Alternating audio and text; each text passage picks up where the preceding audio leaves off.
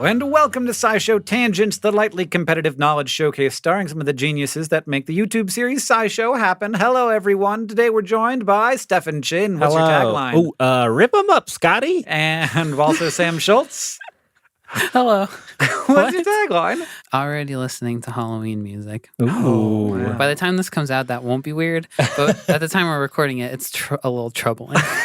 We're also joined by Sari Riley over here on the Science Couch. Hello. Tagline lady. Soup boy. Soup Boy. Soup and Boy. I'm, Hey, Soup Boy, get over here. and I'm That's Hank what I Green. say. Pan-fried lattes. So to explain what we're doing here at SciShow Tangents, every week we get together and we try to one-up each other, we try to amaze each other, we try to delight each other with science facts. We're playing for glory, but we are also keeping score, and we will be awarding Hank Bucks to people who do well on our challenges. We do everything we can to stay on topic, but judging by the previous conversations we have had before, we will not be good at that. So if you want to go on a tangent, this rule is a matter of debate amongst the panelists. Well, we're still feeling it We're out. still feeling it out. You have to spend a Hank Buck to go on your tangent. I would gladly lose every round, every game. Just do just it. for my tangents. Hey, I think it's I need okay. 'em. I think it's Okay. okay to not win. Phew, You you're right. You don't seem like the kind of person who is always trying to win at the games. Little games is fine. Board Oh. games, love to win them. Mm. Video games, can't get enough of winning them. Mm-hmm. Like life and stuff. So this is just That's small right. enough. It's too hard. That's right. Yeah. Life is not a game. Yeah. It's not. There's nothing. It is not a game It's to true. win or lose. Yeah, it's healthy of me. Yeah. Thank you for that. Thanks. Thank you. for that dose of wisdom, Sam Schultz. We're going to start out, as we always do, with a science poem. And this week, I, Hank Green, am your science poet. So have any of you ever played the game Kerbal Space Program? I've seen never people play played it. I've watched people play it. It's a game where you run a space program and you try and get your little Kerbals into space. And so this is a poem about my general experience playing Kerbal Space Program. Mm-hmm. The engines on her rocket were lit. I instructed her booster to floor it. But then my mom called and I didn't press pause. She ran out of fuel in her orbit. Orbital mechanics give me the panics whenever I play KSP. My rescue sped faster, but then flew right past her. A satellite she always will be. Oh. That's sad. beautiful. That game's not that old that you were living with your mom while you played No, it, my right? mom called on the phone. Oh, sorry to imply that you were living with your mom.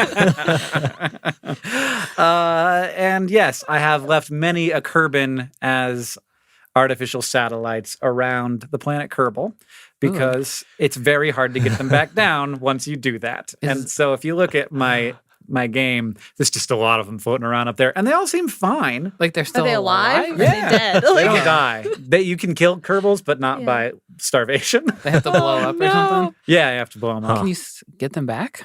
You can get them back if you're exceptionally skilled player at the game and have the time to do it. Okay. But before we continue to talk about Kerbal Space Program for the rest of the episode, Sari, can you define what a satellite is for the listeners at home and also maybe me? I had to look this up too because I'm not a super intense space person. It's, to my knowledge, an object that orbits around another bigger object. So it can be natural, like a moon, or it can be artificial, like a metal chunk that we put up there to do something.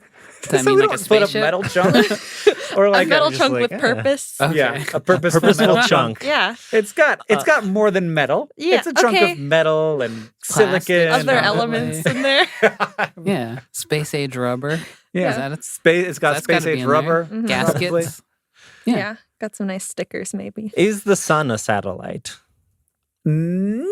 Yes. Yes. I guess satellites are defined relative to the system that they're in, Yeah. maybe.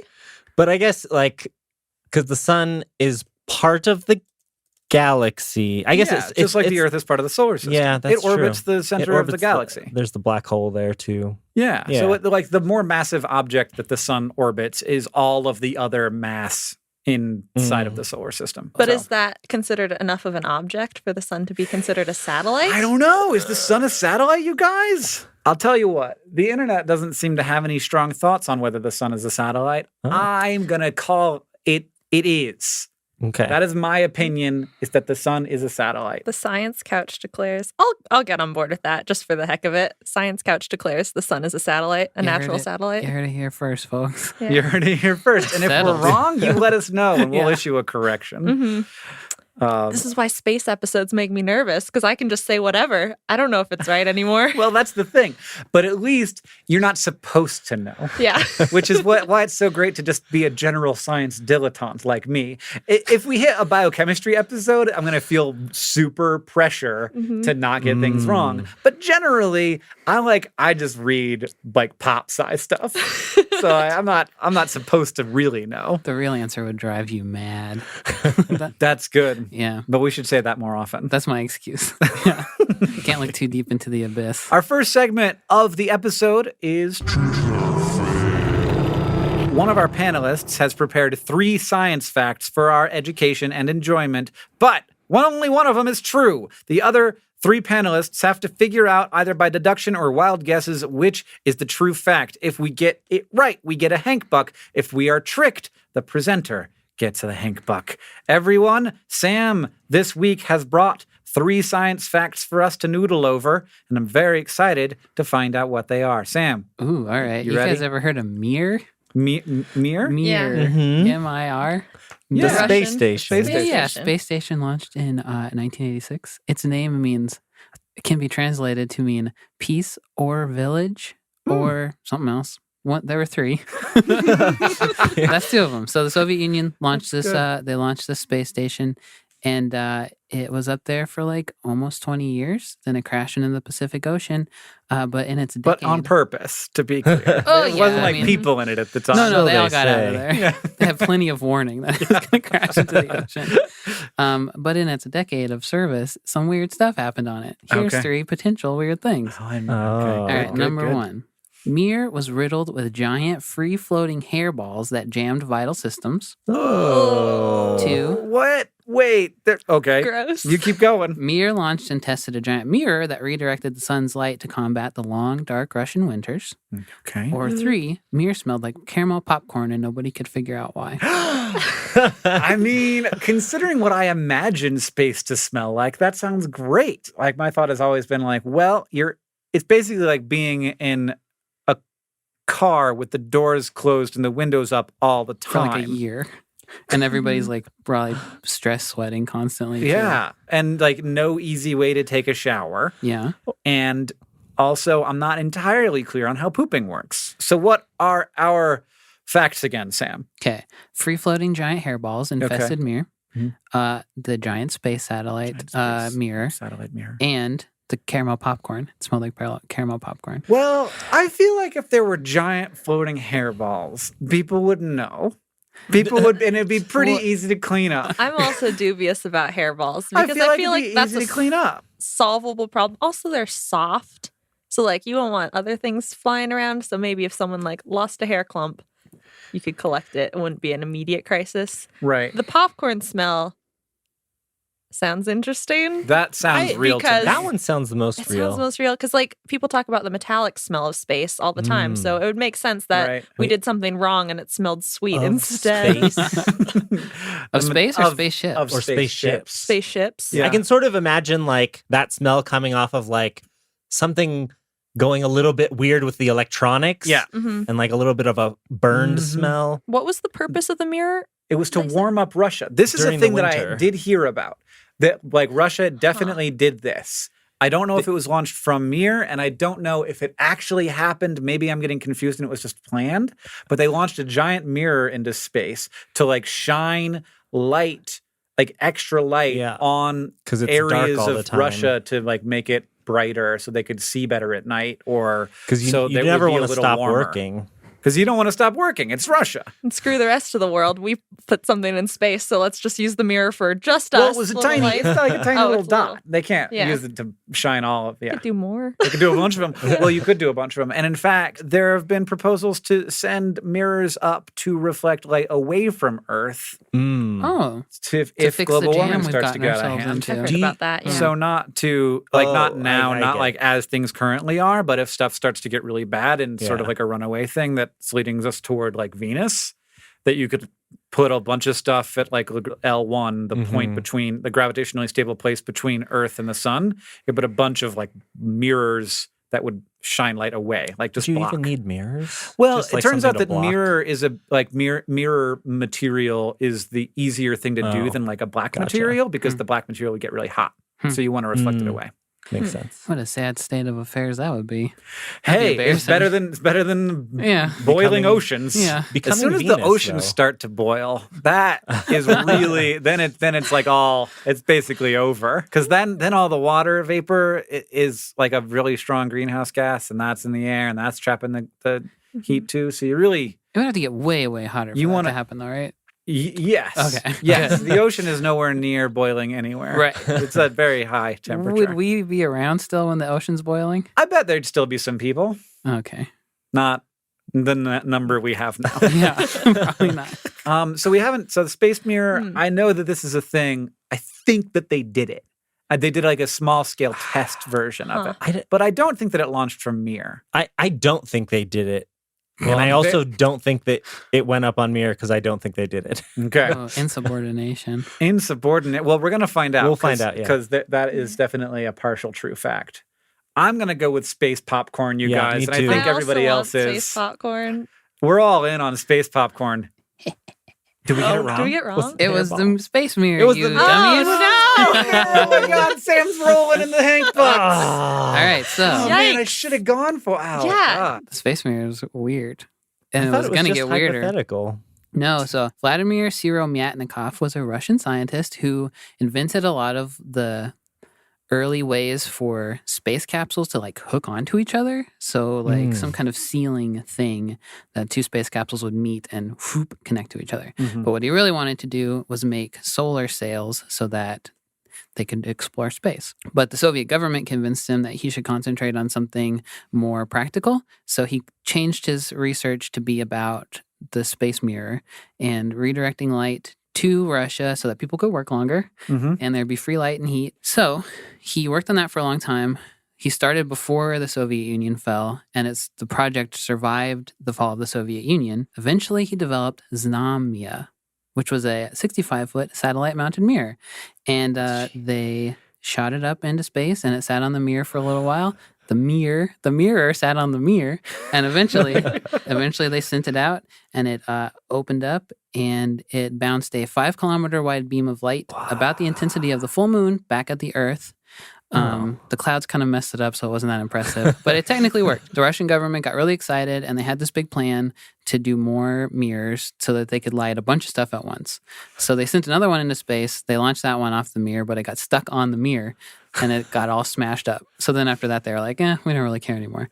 So the plan just kind of like stopped in its tracks. But people were starting to get worried because it would be like, people's rhythms are going to get screwed up. There's going to Right. be like these big space mirrors I'm everywhere. like, yeah, do we need to throw more energy at the Earth right now? Yeah. Like, well, it'd be nice to have them up there just in case you want to flip them around, though. Be like, hey, sorry, less sun. We want less sun. Yeah, well, if you live in Siberia, maybe you want more sun. Right. But so that was the But space for mirror. Phoenix, Arizona, maybe just have a little disc up there, give it a little shade around noon. Yeah, just make one. How big is like 5 kilometers?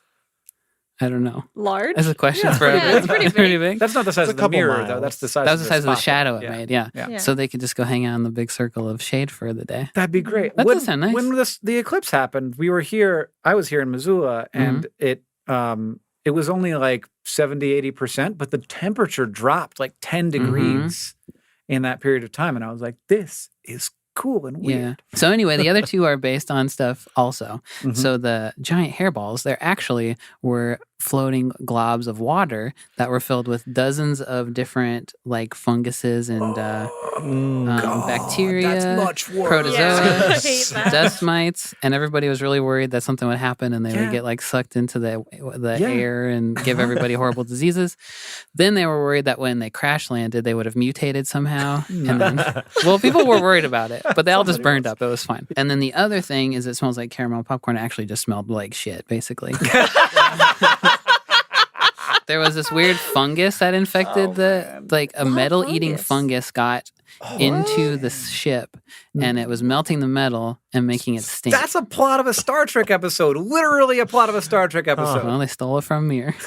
Did it make everything stink in the episode? No, Oh, okay. no, but it was causing a lot of problems on the USS Enterprise. Yeah, I'll tell you people that. said by the end of the mirror smelled real bad. So I get $3. All right. Well, you keep loading them up, Sam. In the meantime, we have to earn some real bucks for all of us. So we're going to hear from a couple of our sponsors.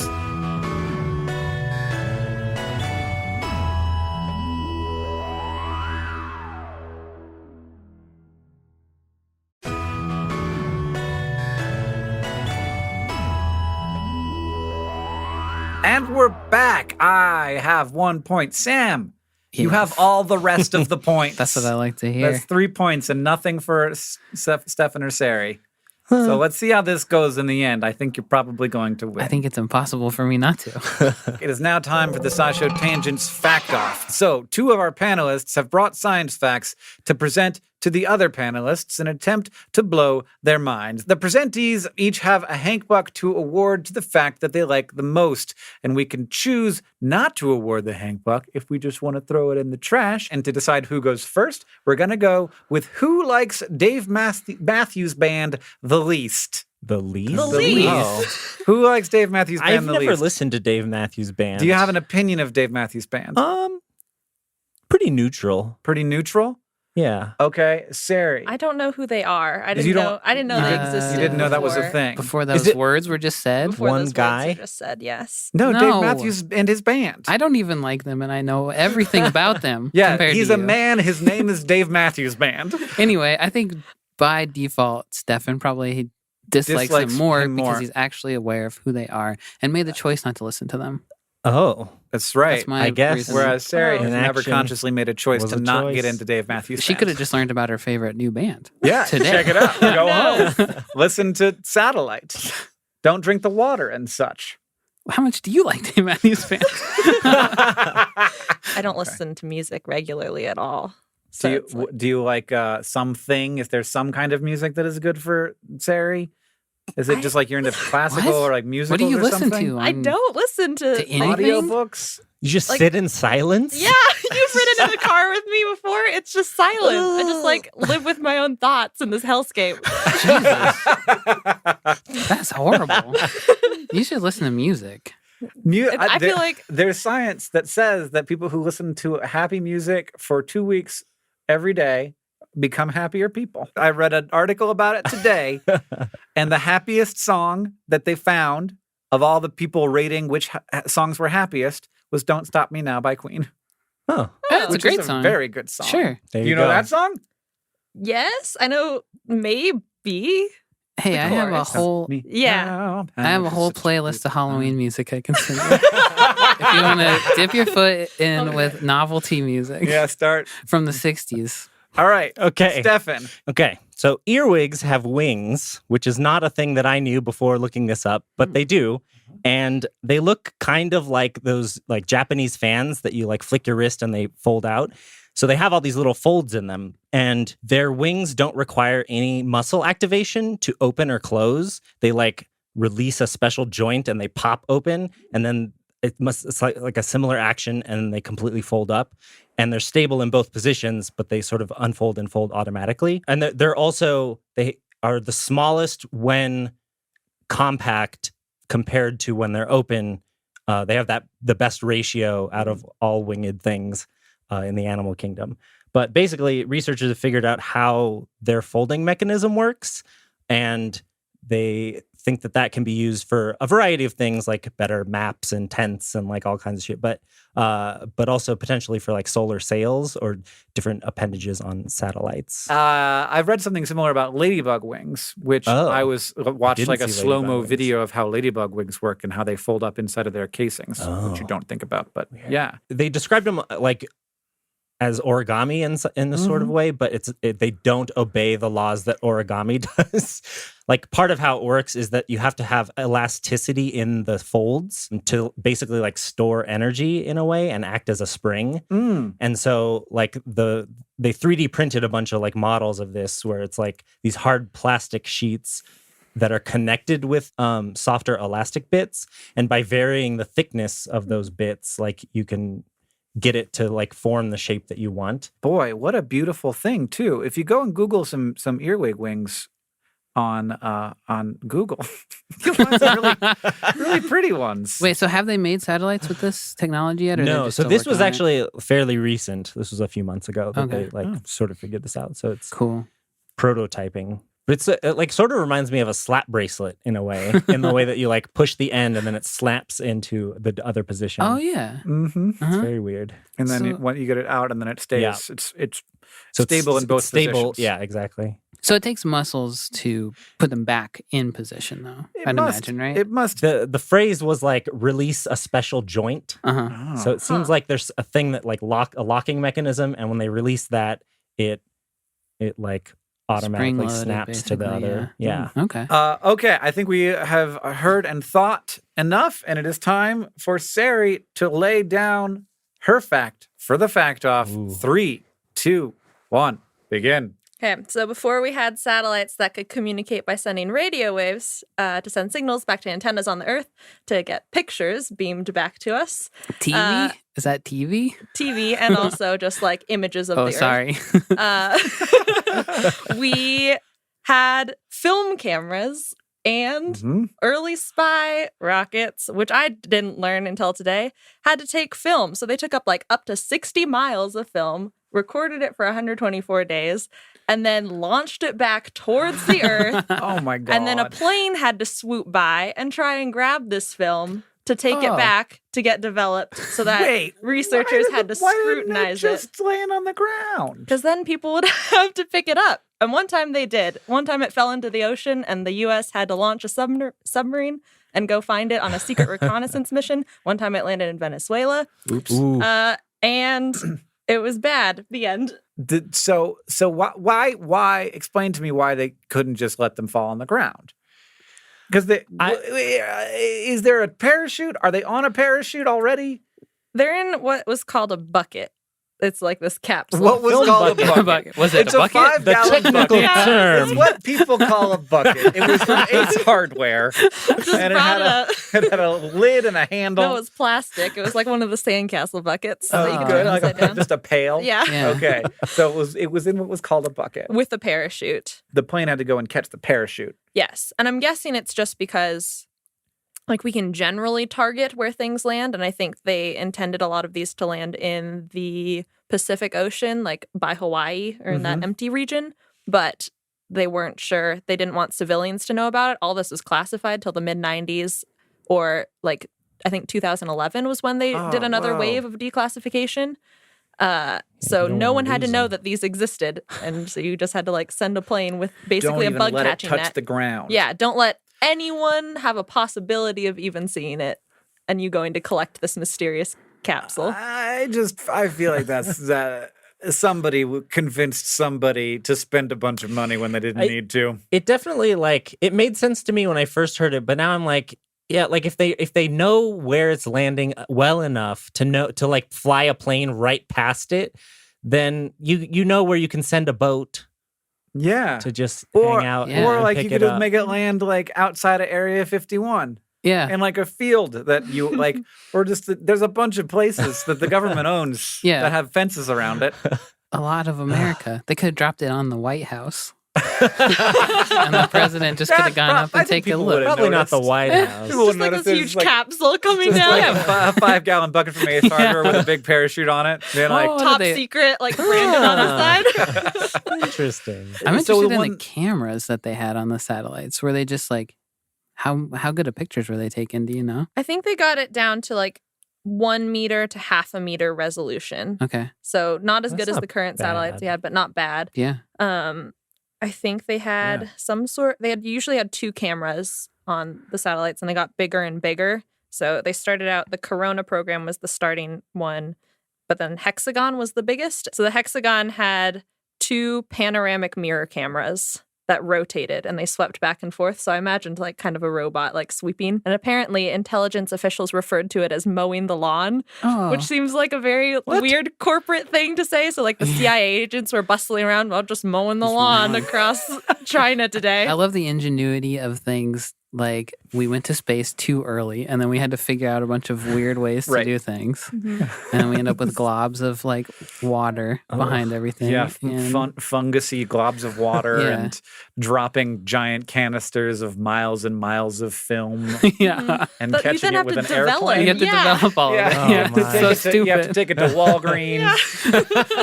Send it away. Here's 60 miles of film, Yeah. please.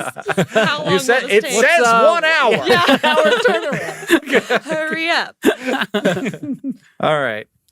Well, so that's I good. think I got to give it to Stefan. I feel like Sarah's was really good, but Stefan's is like the future of mankind. I'm a big enough fan of early space flight that I'm a sucker for early space facts. Yeah. So I'm going to go with Sari. Yeah. Noted. And now it is time for Ask the Science Couch, where we ask listener questions to our couch of finely honed scientific minds, of which I am apparently one. So we have a question, and it's read by me, according to our show notes. So I'm going to ask it. It's from Marie, who asks, who decides where each human-made satellite goes? Well, somebody. This is a good question. Because they can knock against each other, and you want to make sure that doesn't happen. I sometimes get the picture from people that we're afraid that space is super full, and that like things are going to start knocking into each Yeah. other, and then we're going to have like a scenario like Gravity with Sandra Bullock and George Clooney, and things just suddenly it's just a sphere of pure space trash. There's a lot of space in space. I don't know if you've noticed, but Earth is big. Space is even bigger. And if you have like sort of the sphere around the Earth, that is like a good place for satellites to be, like an optimal orbit for like being geostationary or something, then like you're looking at going out from Earth into this new sphere with a larger diameter. And so there's a lot of space, but you do have to keep track of it. So that is the thing that I felt, that like there's so much space, and like we'll never launch enough satellites to fill all that up. Obviously, there's a lot of debris from things breaking up, but I did find, this is a fun side fact a little bit, but I found that in low Earth orbit, there's still enough atmospheric drag that it sort of clears itself of debris, and so those orbits tend Like to the be space shuttle orbit. Yeah. But there is a point out in space where the real estate is actually kind of limited, and that's at a point directly above the equator, about 35,786 kilometers out into space, which is pretty far. But basically, there's this ring that if you're in that at that altitude, you're orbiting at the same speed that Earth rotates. And so to people on the ground, you don't move in the sky, which is great for like a communication satellite or something. Right, like all the TV, like the satellite TV, when you have to point at one point in space and not move your satellite, and so you want the satellite to stay in the same place relative to that person's house. Right. But so there's a limited number of spaces where satellites can be and not interfere with each other. I'm sure there's still a lot of space, but there is an international body that assigns those slots to people. And another fun fact, in 1976, 8 nations tried to claim the space above their countries as sovereign territory, but everyone else was like, nah, we've got the Outer Space Treaty. This is in space. That's a different jurisdiction. So claim rejected. Yeah, Were we that's one good. of them? No. Oh, okay, cool. But now we're like, let's militarize space. Yeah. Oh. It's all good. Why haven't we done that yet? That seems like a no-brainer. Let's put weapons there. Yeah, I'm in. do it. I'm going to sign up. You're gonna sign up for the Space Force? I'm going to be the general of the Space Force. I mean, if anybody, I Yeah. would want it to be you. It's going to be me. If there's gonna be a Space Force and it needs a general, Sam Schultz is my first choice. Yeah, I'm going to save you from the aliens when they come. That's not what I want from you. Oh, what do you want from me? I want you to use the power of the Space Force to build empathy. I could do that. We could etch some nice stuff in the moon. Is that what you want? I'm gonna etch some nice stuff in the moon, Yeah, like that's Chairface Chippendale does in the tip. Yeah, but mine will say, be nice. How about that? Just the moon with "Be Nice" written in it with a giant space laser. Yeah. Yes. Okay. We finally got merch for tangents. The moon, by the way, is 238,000 miles, 384,000 kilometers Yep. away. So 10 times farther than geosynchronous orbit. So that's how far geosynchronous orbit is. It's pretty far away. far. Yeah. Are there any other like crowded or useful orbits? Yeah. So also in the geosynchronous orbits or geostationary, I think geostationary is the 1 point. Geosynchronous is it's just the same speed that the Earth is turning, which can stay Oh, at any longitude. But the equator is like prime real estate Gotcha. because Right. that's the exact same spot. There are geostationary operational environmental satellites that send atmospheric information and just constantly monitor. And those are mainly for like big storm systems happening. So I think like big water vapor changes, big wind changes, hurricanes, reporting things like that. There are medium orbits, which are around 20,200 kilometers above the surface. And a satellite at that height takes around 12 hours to complete an orbit. So you can go like cross the same spot twice a day. Is there a certain orbit that people aren't allowed to go into, like where the space station is or something? Space station is at one of the Lagrange points, I think. Maybe? that? No. no, No. it's just orbiting. No. Telescopes are at the Lagrange points. Maybe? There are some telescopes at Lagrange points. That's where Okay. the James Webb is going. That's probably what I read. Yeah. What's the Lagrange point? So There are gravitationally stable points for any two-body system. Mhm. So if the sun is part of the system and the Earth is part of the system, there's a place between the sun and the Earth where something can sit and not move. And it just orbits the sun, and the Earth is tugging on it the same amount that the sun is tugging on it. Mhm. There's another one on the other side of the Earth that will always be in the shadow of the Earth. Mhm. So it orbits along with the Earth, always in a direct line. Like you can draw a line from the sun through the Earth to this point that's gravitationally stable. And it's basically orbiting, from its perspective, the sun and the Earth are one body. Mm. And it's orbiting that body. And that's the one where the Webb Space Telescope is going to be, because it's always in the shadow of Earth. And so it won't be interfered with by the sun. Like there won't be Whoa. any light there. All right. Well, that seems like a good end. yeah. Which brings us to our final scores. Anybody want to guess who won? Was it me? It was you. The rest of us all have 1 point. Well, at least we're on the board, you guys. Yeah. Yeah. Sam is a Suckers. stupid mirror. If you like this show, there are several ways you can help us out, and it's really easy to do that, and we really appreciate it. First, you can leave us a review on iTunes. That helps us know how you think we're doing, and it also helps get the word out about the show. Second, you can tweet out your favorite moment from this episode. Thank you to @RodneyRock and @George Garrett and everybody else who tweeted us your questions. And finally, if you want to show your love for tangents, you can just tell people about us. Thank you for joining us. I have been Hank Green. I've been Sari Riley. I've been Stephen Chin. And I've been Sam Schultz. SciShow Tangents is a co-production with WNYC Studios. It's produced by us and Caitlin Hoffmeister. Our art and music are by Hiroka Matsushima and Joseph Tunamedish. Our social media organizer is Victoria Bongiorno, and we couldn't make any of this without our wonderful patrons on Patreon. Thank you. And remember, the mind is not a vessel to be filled, but a fire to be lighted.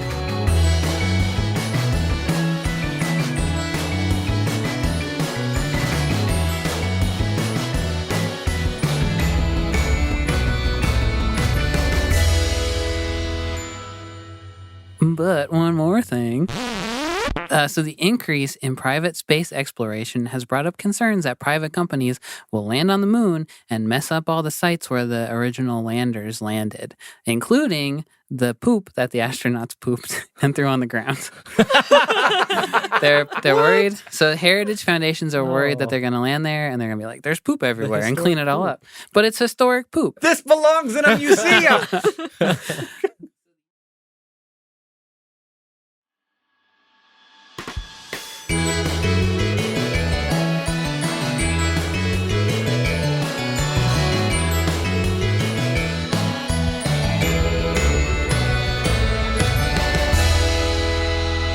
Hello, and welcome to SciShow Tangents, the lightly competitive knowledge showcase, starring some of the geniuses that make the YouTube series SciShow happen. This week, as always, we've got our regular crew. I'm joined by Sam Schultz. Hello. Sam, what's your tagline? Emergency mustard supply.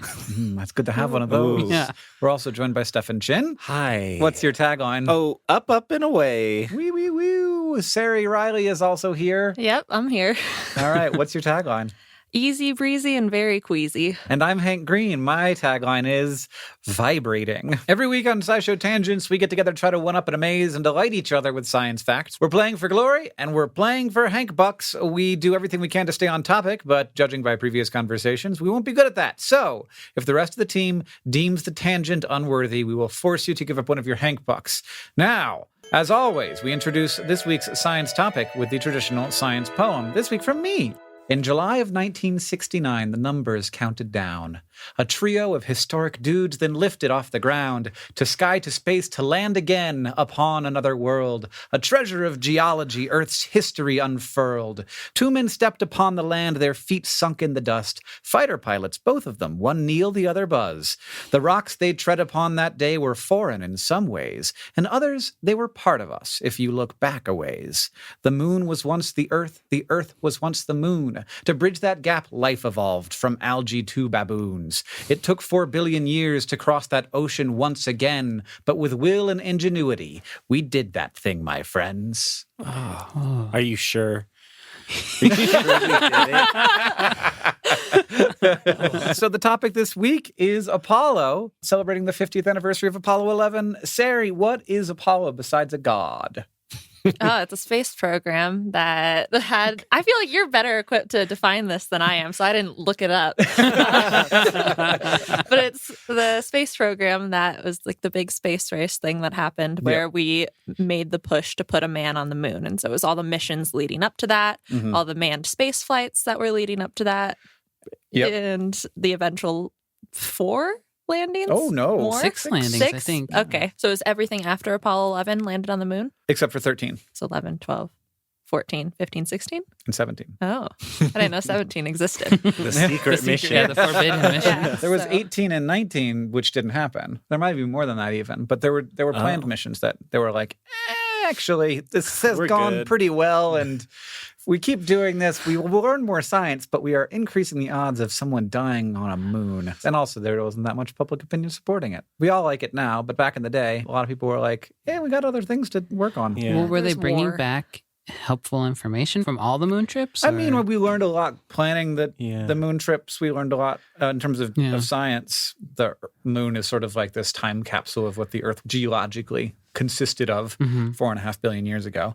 So it's definitely a scientific trove up there. But yeah, that's what Apollo is. It's the only time that people have ever gone to another world. And it was 50 years ago, and we still haven't done it again. Over what span of time did this happen? From 1969 to 1972 were the Okay. landings. That's pretty That's fast. Quick. wild that Yeah. they got to the point where they could bring up like a buggy for them to drive around and stuff. I think that they always had sort of the weight capability of doing that. They didn't change the They were dipping their rockets at toes in all. the water at first, seeing what they could do. Okay. Yeah. Can we get them there at all? When they come back inside, will they die of moon dust? Which was an open question. Yeah. Or will they bring moon dust contaminants back to Earth and then kill all of us? Yes. With Everyone. alien bacteria. Mm-hmm. No was the answer. Yeah. But Everything was fine. yeah. We've also got a SciShow thing coming out. It's like the first time we're doing something like this, a long-form sort of documentary-style episode where we talk about whether Apollo was a good idea. I probably can guess where we came out on that question, but just asking it, I think, was really interesting. And so if you want to check out SciShow, we're trying something new, and you can check that out. We sent people to Alabama. We sent people all over the place. Yeah. So that is Apollo. Now it is time for Stefan has prepared 3 science facts for our education and enjoyment, but only one of those facts is real. The rest of us have to make our guesses, and if we get it right, we get a Hank Buck, and if we don't, then Stefan gets it. Stefan, take us into your mind of lies and duplicity. Okay. So these are things that Apollo astronauts left on the moon. Ah. 1 is real, 2 are fake in some way. Fact number 1. During Apollo 11, the cremated ashes of a NASA engineer who had tragically died in a car accident were deposited on the moon. Number 2. I would know that. During Apollo 14, Alan Shepard left 2 golf balls and a makeshift golf club on the moon after taking a couple swings, sending the balls flying for miles and miles and miles. Okay. Or number 3, during Apollo 16, Charles Duke left a portrait of his family on the moon with a message on the back including his name and home planet. So 1, cremated ashes of an Apollo engineer, 2, Alan Shepard's golf balls and makeshift golf club, or 3, Charles Duke's family portrait with the name and home planet on the back. My gut's telling me the golf ball one is a trick somehow. Yeah. Yeah. So I know that people hit golf balls on the moon. Right. Makes sense that would be Alan Shepard. So the golf balls must still be there. They didn't go to collect them. No. But I what wouldn't about think this so. makeshift golf club? Why not just bring a real golf club if you bring in golf balls? Yeah. I don't know. Where do you hide it? Do you have to hide it, though? I It guess. doesn't I weigh don't that think- much, I don't think. I think it weighs more than you'd want to bring on a Yeah, you mission. could bring an They iron, got like a little smaller- pouch a of smaller stuff you could one. bring. Do they have like a weight allowance? Like you could bring a certain amount of I think stuff so. that is your choosing. I think I read something like it was half a pound What? of stuff, which is not very much. So Well, like what do you small really need? memorabilia, like Yeah. pictures or coins or things like that. Okay. But Wow, not- that's cruel. Yeah, I don't know. You're not going to Well, let what me bring else are you going to bring? a golf club, a baseball bat, so that I can hit baseballs. They just and need to do a rocks whole on the moon? sports mission to the moon Yeah. to see how fun they all are. I feel like that seems kind of likely because if he would have had to makeshift his own golf club. Yeah. But wouldn't you have brought it home if you made a golf club on the moon? And maybe you just hit it Yeah. with like a moon rock or something, like a long rock. A really long. No, he definitely had a golf club. I've seen the pictures. Oh. Charles Duke seems like something you'd do. That's pretty Everybody cute. should have done that. Yeah. It's less Just than in less than case. half a pound. hmm Got to Right. put it down upside down so it doesn't get bleached by the sun. Cremated ashes of an Apollo engineer. Everybody, seems like it could happen. That sounds like something that would come up when you Googled the Apollo 11 mission. It also seems like lots of people die, and Yeah. none of them got to go up. Yeah. So they should have gotten a bunch of people's ashes, mixed them all up, Yeah. taken a can of that, and it's like 50 or 60 people in there. That's how they make hamburger. All right, I'm gonna make Sam guess I'm going to go with the picture. the picture. hmm I'm going to go with golf clubs. I'm gonna go with the picture as well. It was the picture. I actually knew that, and I You did? not say it. You played it really cool. Thanks. I'm pretty sure he left it face up because, well, in an interview, he said that he put it down, took a picture of it, and then never looked at it again. And so, but he was pretty sure that it would have been faded by now. Right. Yeah. The message on the back was, "This is the family of astronaut Charlie Duke from the planet Earth who landed on the moon on April 20, 1972.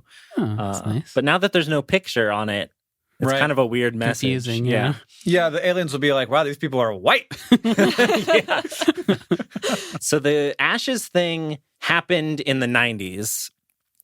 So it wasn't Apollo related at all. But Eugene Schumacher was a planetary geologist who, with his wife and another astronomer, had co-discovered this comet that impacted Jupiter. Apparently that was televised. I didn't know they televised remember like this, yeah. comet impacts, but that was the first time that we saw things impact.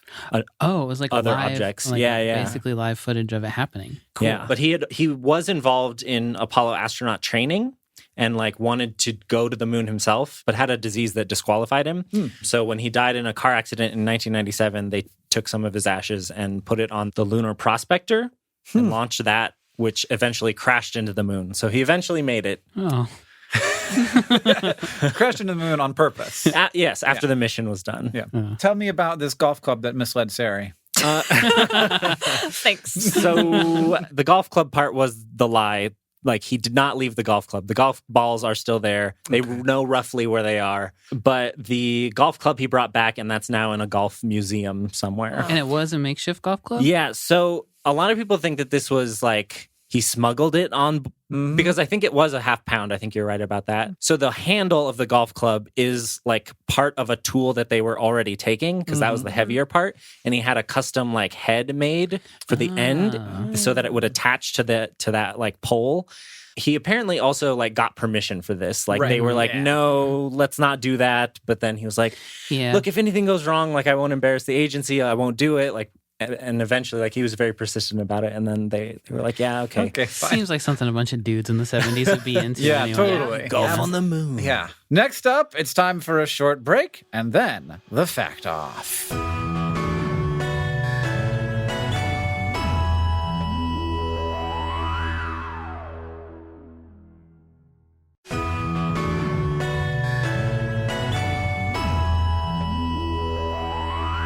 We're back.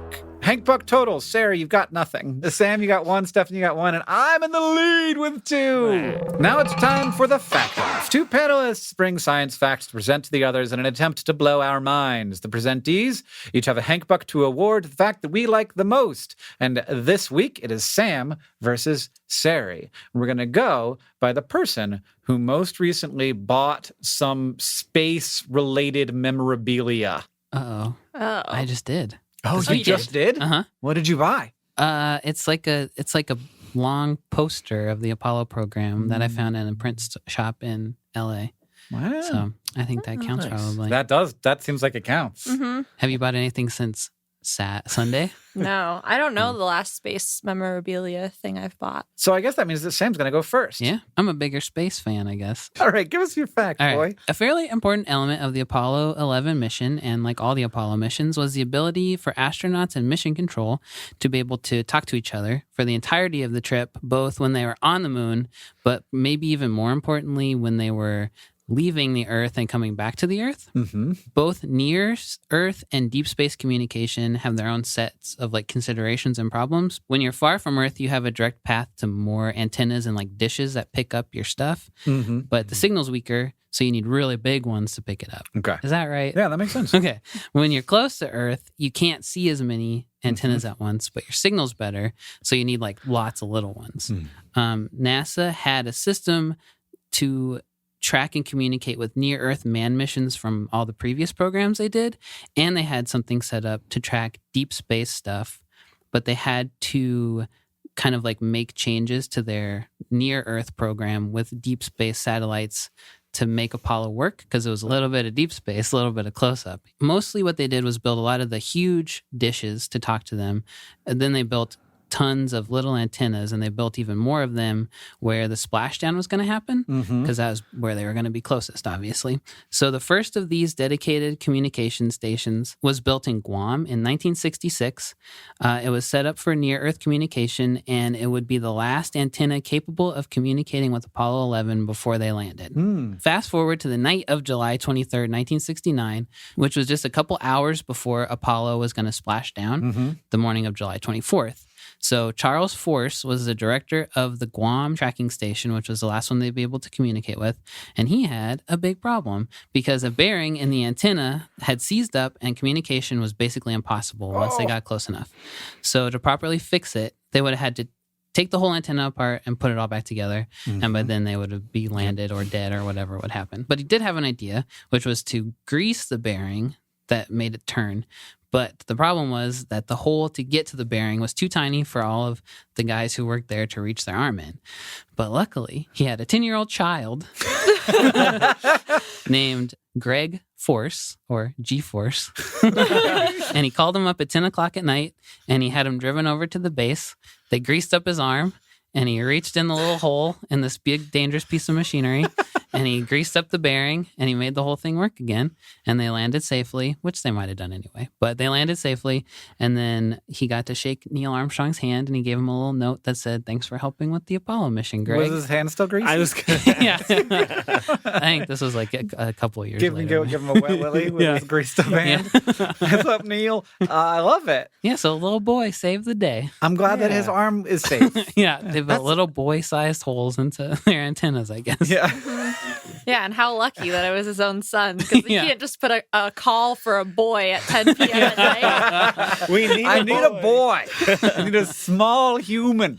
I bet Greg's arm would fit in there. You think Greg's arm would fit in there?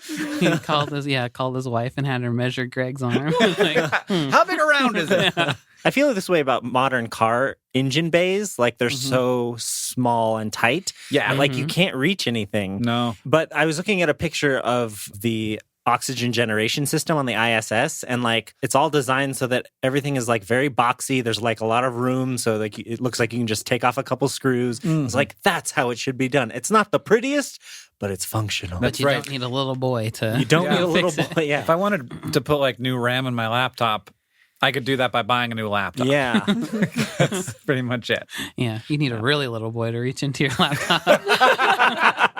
Through the USB port. Yeah, just I need Ant-Man to shrink down with some RAM and then like, swoop. Okay, good fact, Sam. Okay, there's a nonverbal cue to start going. So spacesuits have to be really, really carefully made to keep astronauts safe. They have to be pressurized and have a tight seal to keep in oxygen, resist extreme temperatures, protect against UV radiation, be tough but flexible enough so that they can do things. And so when I picture spacesuits being manufactured, I imagine like high-tech machining and proprietary polymers and some sort of like complicated NASA facility where they're doing all this in secret. Yep. But for the Apollo 11 mission, the spacesuits worn on the moon were custom made for the astronauts using a lot of the same materials as bras, diaper covers, and girdles, and they were handcrafted by seamstresses with more sewing, gluing, and rubber dipping precision than luxury clothing on giant custom sewing machines where each foot pedal push did just one stitch through somewhere between 17 to 21 layers of fabric. Whoa. Yeah, and so they had like hundreds and hundreds of huge meters. giant needles. I think they had small needles, but big machines to like fit all those layers of fabric in there. Like Sam, really a chunky. giant needle is just a stick. Hey, But it's pointy at one giant end. for a needle is still pretty small. And they needed small needles because I think the NASA specifications were 1/64th of an inch geez. of precision. Couldn't make too big a hole in it. Yeah, couldn't make too big of a hole, couldn't like go off seam too much because everything needed to be sealed so precisely. These spacesuits were called the AL-7, A for Apollo, 7 for the generation, so there were like 6 before that, and L for the International Latex Corporation who made the suits.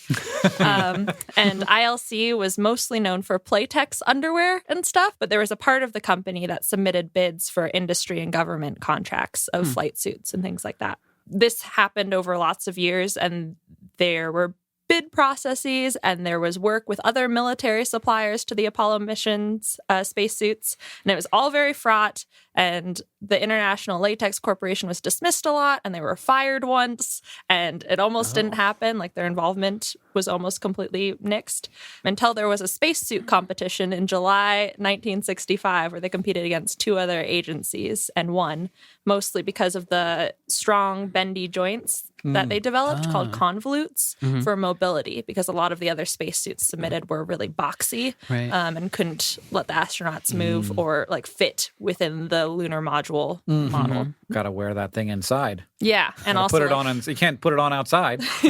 Oh, I never even thought about that. yeah, you got to like bend over and pick up rocks and do all that with a tight seal. So yeah, I just thought it was cool that a lot of the reason the Apollo 11 astronauts were safe, like bouncing around on the moon, was because of expert seamstresses who were so good at their jobs and doing like traditionally very feminine work, but on a superhuman level, like more than any other clothing process that has ever been. That also sort of makes me think of the women who wove all the coding. Yeah. Because it was like individual copper wires that they had to weave together to like hard code all the like software for Apollo. Core rope memory. Yeah. The little old ladies, they knitted software. Yeah. I feel like I'm going with Sari. This is a better anecdote.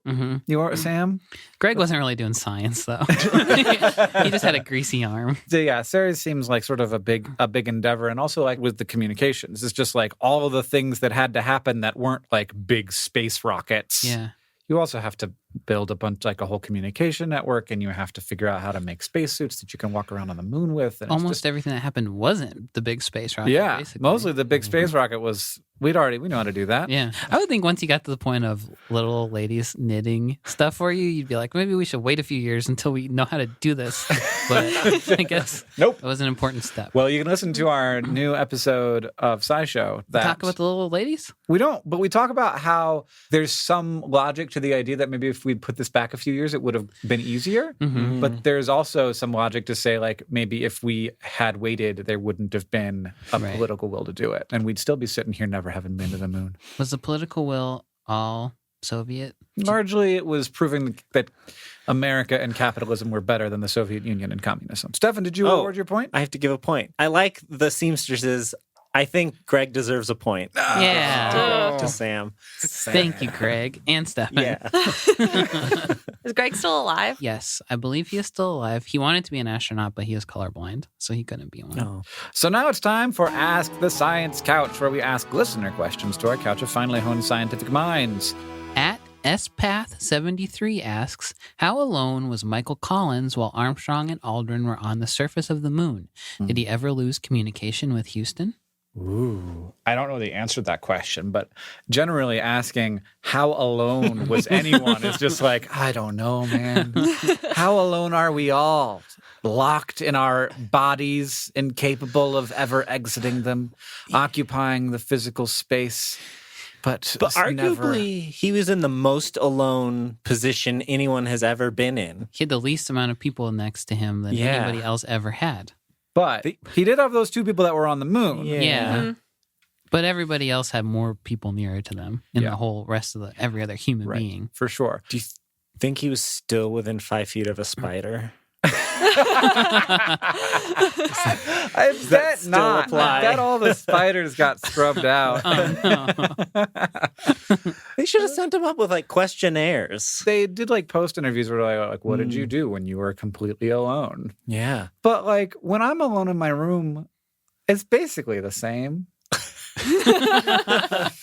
As orbiting around the moon. Yeah, alone is Completely alone. isolated. You can't be more or less That's true. alone. Mm-hmm. He didn't really have that many days to think about it either, I guess. Less than a day. Armstrong and Aldrin spent 21 hours, 36 minutes on the lunar surface. Okay. And so he only spent less than a day completely alone in the command module. But was he ever completely out of communication with Houston? I actually don't know. I feel like he must have been. Like it didn't have a system for relaying the data. Did he orbit the way that he could always see the Earth, or did he orbit the way that he was going behind the moon? Behind the moon. He was behind the moon? Yeah. Okay. Yeah, so for about 47 to 48 minutes of each orbit, he was behind the moon that he couldn't have any radio contact with Earth or anyone else. And so there was a chunk of time. And I think someone did the math based on like the 21 hours, 36 minutes he was alone in the command module.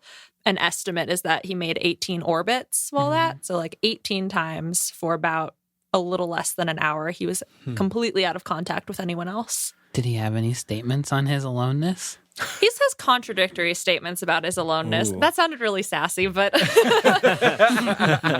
He can't keep his story straight. It's been 50 years. He remembers things differently. yes. So like the very big Michael Collins quote is that I am alone now, truly alone, and absolutely isolated from any known life. I am it. If a count were taken, the score would be 3 billion plus 2 over on the other side of the moon, and 1 plus God knows what's on this side. Very, very dramatic. Pretty good. Very angsty, very dramatic. Well, I am the most lonely man ever. Was that a written line? Did they script He that must have for him? written that down. Sitting up there. Yeah, nobody says that. Maybe he thought that's when nobody could hear him when he was just talking to Just himself. muttering to himself. Yeah. But July 15th, 2009, so 10 years ago, feature on NASA had new statements from him. Okay. And this quote was, "Far from feeling lonely or abandoned, I felt very much a part of what is taking place on the lunar surface. I know that I would be a liar or a fool if I said that I have the best of the 3 Apollo 11 seats, but I can say with truth and equanimity that I'm perfectly satisfied with the one that I have."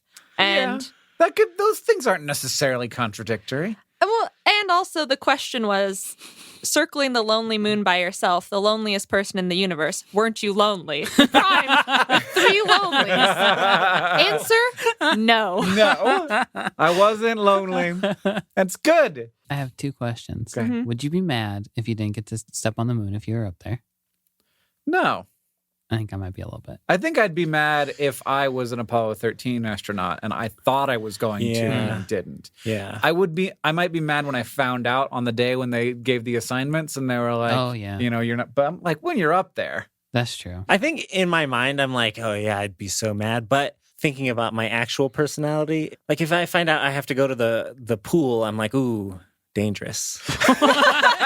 I don't want to. You have to go to the pool. Yeah. You know, some people are going to the pool. I'm like, all right, I guess I'll go to the pool. Let's go to the deep end. I don't know if I'll make it. Yeah. So I don't know. You'd be mad. I think I would be. I think I'm the opposite of Stefan, where I think I wouldn't be mad, where it's like, oh, I'm used to behind the scenes stuff. Like I like write for videos. I don't do anything on camera. Yeah. But if it comes to going to the moon, I think I'd be really like the competitive fire or like something in me would spark up and I'd be like, no, I want to put my foot on that rock. Yeah, you just like hit Neil Armstrong in the head one morning and you're like, it looks like he's going to have to stay up here. Yeah. Or like talk someone else into it. Be like, command module pilot, higher rank. You got to do all these checks, make sure we can get back to Earth. Are you a Slytherin? Yes. Hell yeah, me too. That's why we'd be mad. Wow, we got like 3 Slytherins on this podcast. Are you one Wait. too? Oh, Oh man. my That's a God. bombshell. Do people know that? I mean, look, Okay, here's my second question. More scientific. more scientific. How did they keep them warm up there? Did they just have a bunch of heaters? Yeah, heaters, man. Well, first, in the daytime on the lunar surface, it's hot. Right. Like the sun's hitting you. Mhm. Okay. So you got to cool people off. Yes. The bigger challenge is cooling systems in spacesuits. So is the thing on their back for that kind of stuff? Yeah, it's like Okay. an AC unit, basically. Interesting. And then the capsule just had like heaters and air conditioning Yeah. too? The space station has to deal with that a lot. Where it's just like it's in the cold and then it's in the hot and it's like blazing hot and blazing Yeah. cold. That's a huge amount of energy too, right? What are they powering that? Is that solar powered? Solar power. Okay. Yeah. Yeah, a lot of the materials that they create to launch into space. So like the spacesuits that I talked about, they had to develop a new material to go on the outside where it's like Teflon coated fiberglass to withstand Mm-hmm. thousands of degrees Fahrenheit Right. Oh, geez. worth of temperature. And that is the kind of design that goes into a lot of materials science that goes into space, Mhm. as far as I can tell. It's like, Right. how do you create really, really resistant materials that won't melt or burn up or things like that in these Yeah. extreme fluctuations? So the people who are making diaper covers were best for that. Apparently. It turns out you need some industrial strength stuff to keep it all in there. keep everything sealed up tight. Right. If you want to ask the Science Couch your question, you can follow us on Twitter at SciShow Tangents, where we will tweet out topics for each upcoming episode every week. Thank you to at Tagalong572, at Artemis Myths, and everybody else who tweeted us your questions this week. Hank Buck, final scores. Sari and Stefan are tied for last with 1, and Hank and Sam are tied for first with 2. Hooray. If you want to see what we're up to on SciShow, head over to youtube.com/SciShow, where we have our big long-form documentary kind of thing going up soon, where you can learn all about Apollo and what we did and why we did it and whether it was a good idea at youtube.com/SciShow. If you like this podcast, it's easy to help us out. You can leave us a review wherever you listen. That helps us know what you like about the show, and other people see that we have a good podcast, and then they will also listen to it. And then they'll tell their friends, and then someday we will take over the world. Or just the moon. Also, we're always on the lookout for new episode ideas, and Sam had an idea. So if you go and leave us a review and you put your topic idea in there, we will put it into consideration for an episode. So write your ideas in your Yeah. reviews, Cheese. everybody. Cheese would be a great one. Somebody can have that idea for free. Second, you can tweet out your favorite moment from this episode. I love it when people do that. And finally, if you want to show your love for SciShow Tangents, Tell people about us. Thank you for joining us. I have been Hank Green. I've been Sari Riley. I've been Stefan Chin. And I've been Sam Schultz. SciShow Tangents is produced by Complexly and the amazing team at WNYC Studios. It's created by all of us and produced by Caitlin Hoffmeister and Sam Schultz, who also edits a lot of these episodes along with Hiroka Matsushima. Our sound design is by Joseph Tuna Medish. Our social media organizer is Victoria Bongiorno, and we couldn't make any of this stuff without our patrons on Patreon. Thank you, and remember, the mind is not a vessel to be filled, but a fire to be lighted.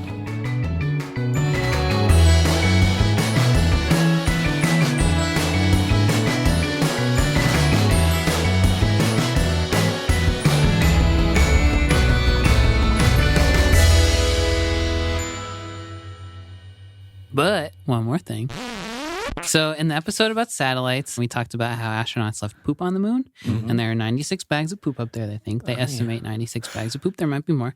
In recent years, scientists have been wondering about the contents of those bags, and specifically if the microbes inside of them could either still be alive or lived for a long time after they were deposited on the moon. So the odds that this happened aren't really that great due to temperature variations, the possibility that the bags didn't retain the moisture from the poop, and like the constant bombardment by solar rays. But even if they lived for a little while, we might be able to go back, get them, and look at them and see what natural selection looks like in a lunar environment. Oh my gosh. I love this. I Yeah. want to send another mission to the moon just to get poop. Yeah, so do a lot of like NASA scientists want to do the same thing. They want to go get. I'm surprised they didn't get one in any of the later missions. Yeah. They're Did not they? close together. I was going to Oh, ask. you couldn't drive over there, pick up some of Neil Armstrong's poop. So come home, auction it off. Yeah. I got a bag of Neil Armstrong's poop. Hey, everybody, this is Sam. A lot has changed since we recorded this episode of SciShow Tangents just a couple weeks ago. The spread of coronavirus is affecting everyone, and I speak for all of us at SciShow Tangents when I say we hope you and your loved ones are safe. We feel lucky that you choose to spend time with us every week, and we hope the podcast can take you off on a tangent and be a reminder of fun and silly things during a stressful time. If you're looking for more information on COVID-19, our YouTube channel, youtube.com/SciShow, has a few videos explaining the disease and the pandemic. Thank you for being part of our socially distant community, because we're all fighting this together. Take care of yourselves. Now, on with the show.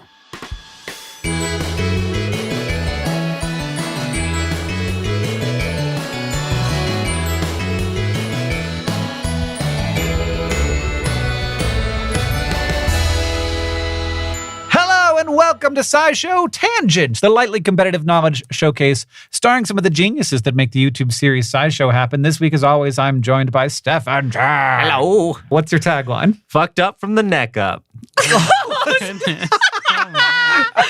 Not expecting that. I say it because I'm wearing I think it's fair to say a snazzy shirt. Yeah. But I haven't shaven in days. I haven't had a haircut in months. I'm just, it's a mess up there. Yeah. We're also joined by Sam Schultz. Sam, hey. What's your most boomer quality? I must have one, but I feel like I'm pretty much young at heart. I do like mowing the lawn.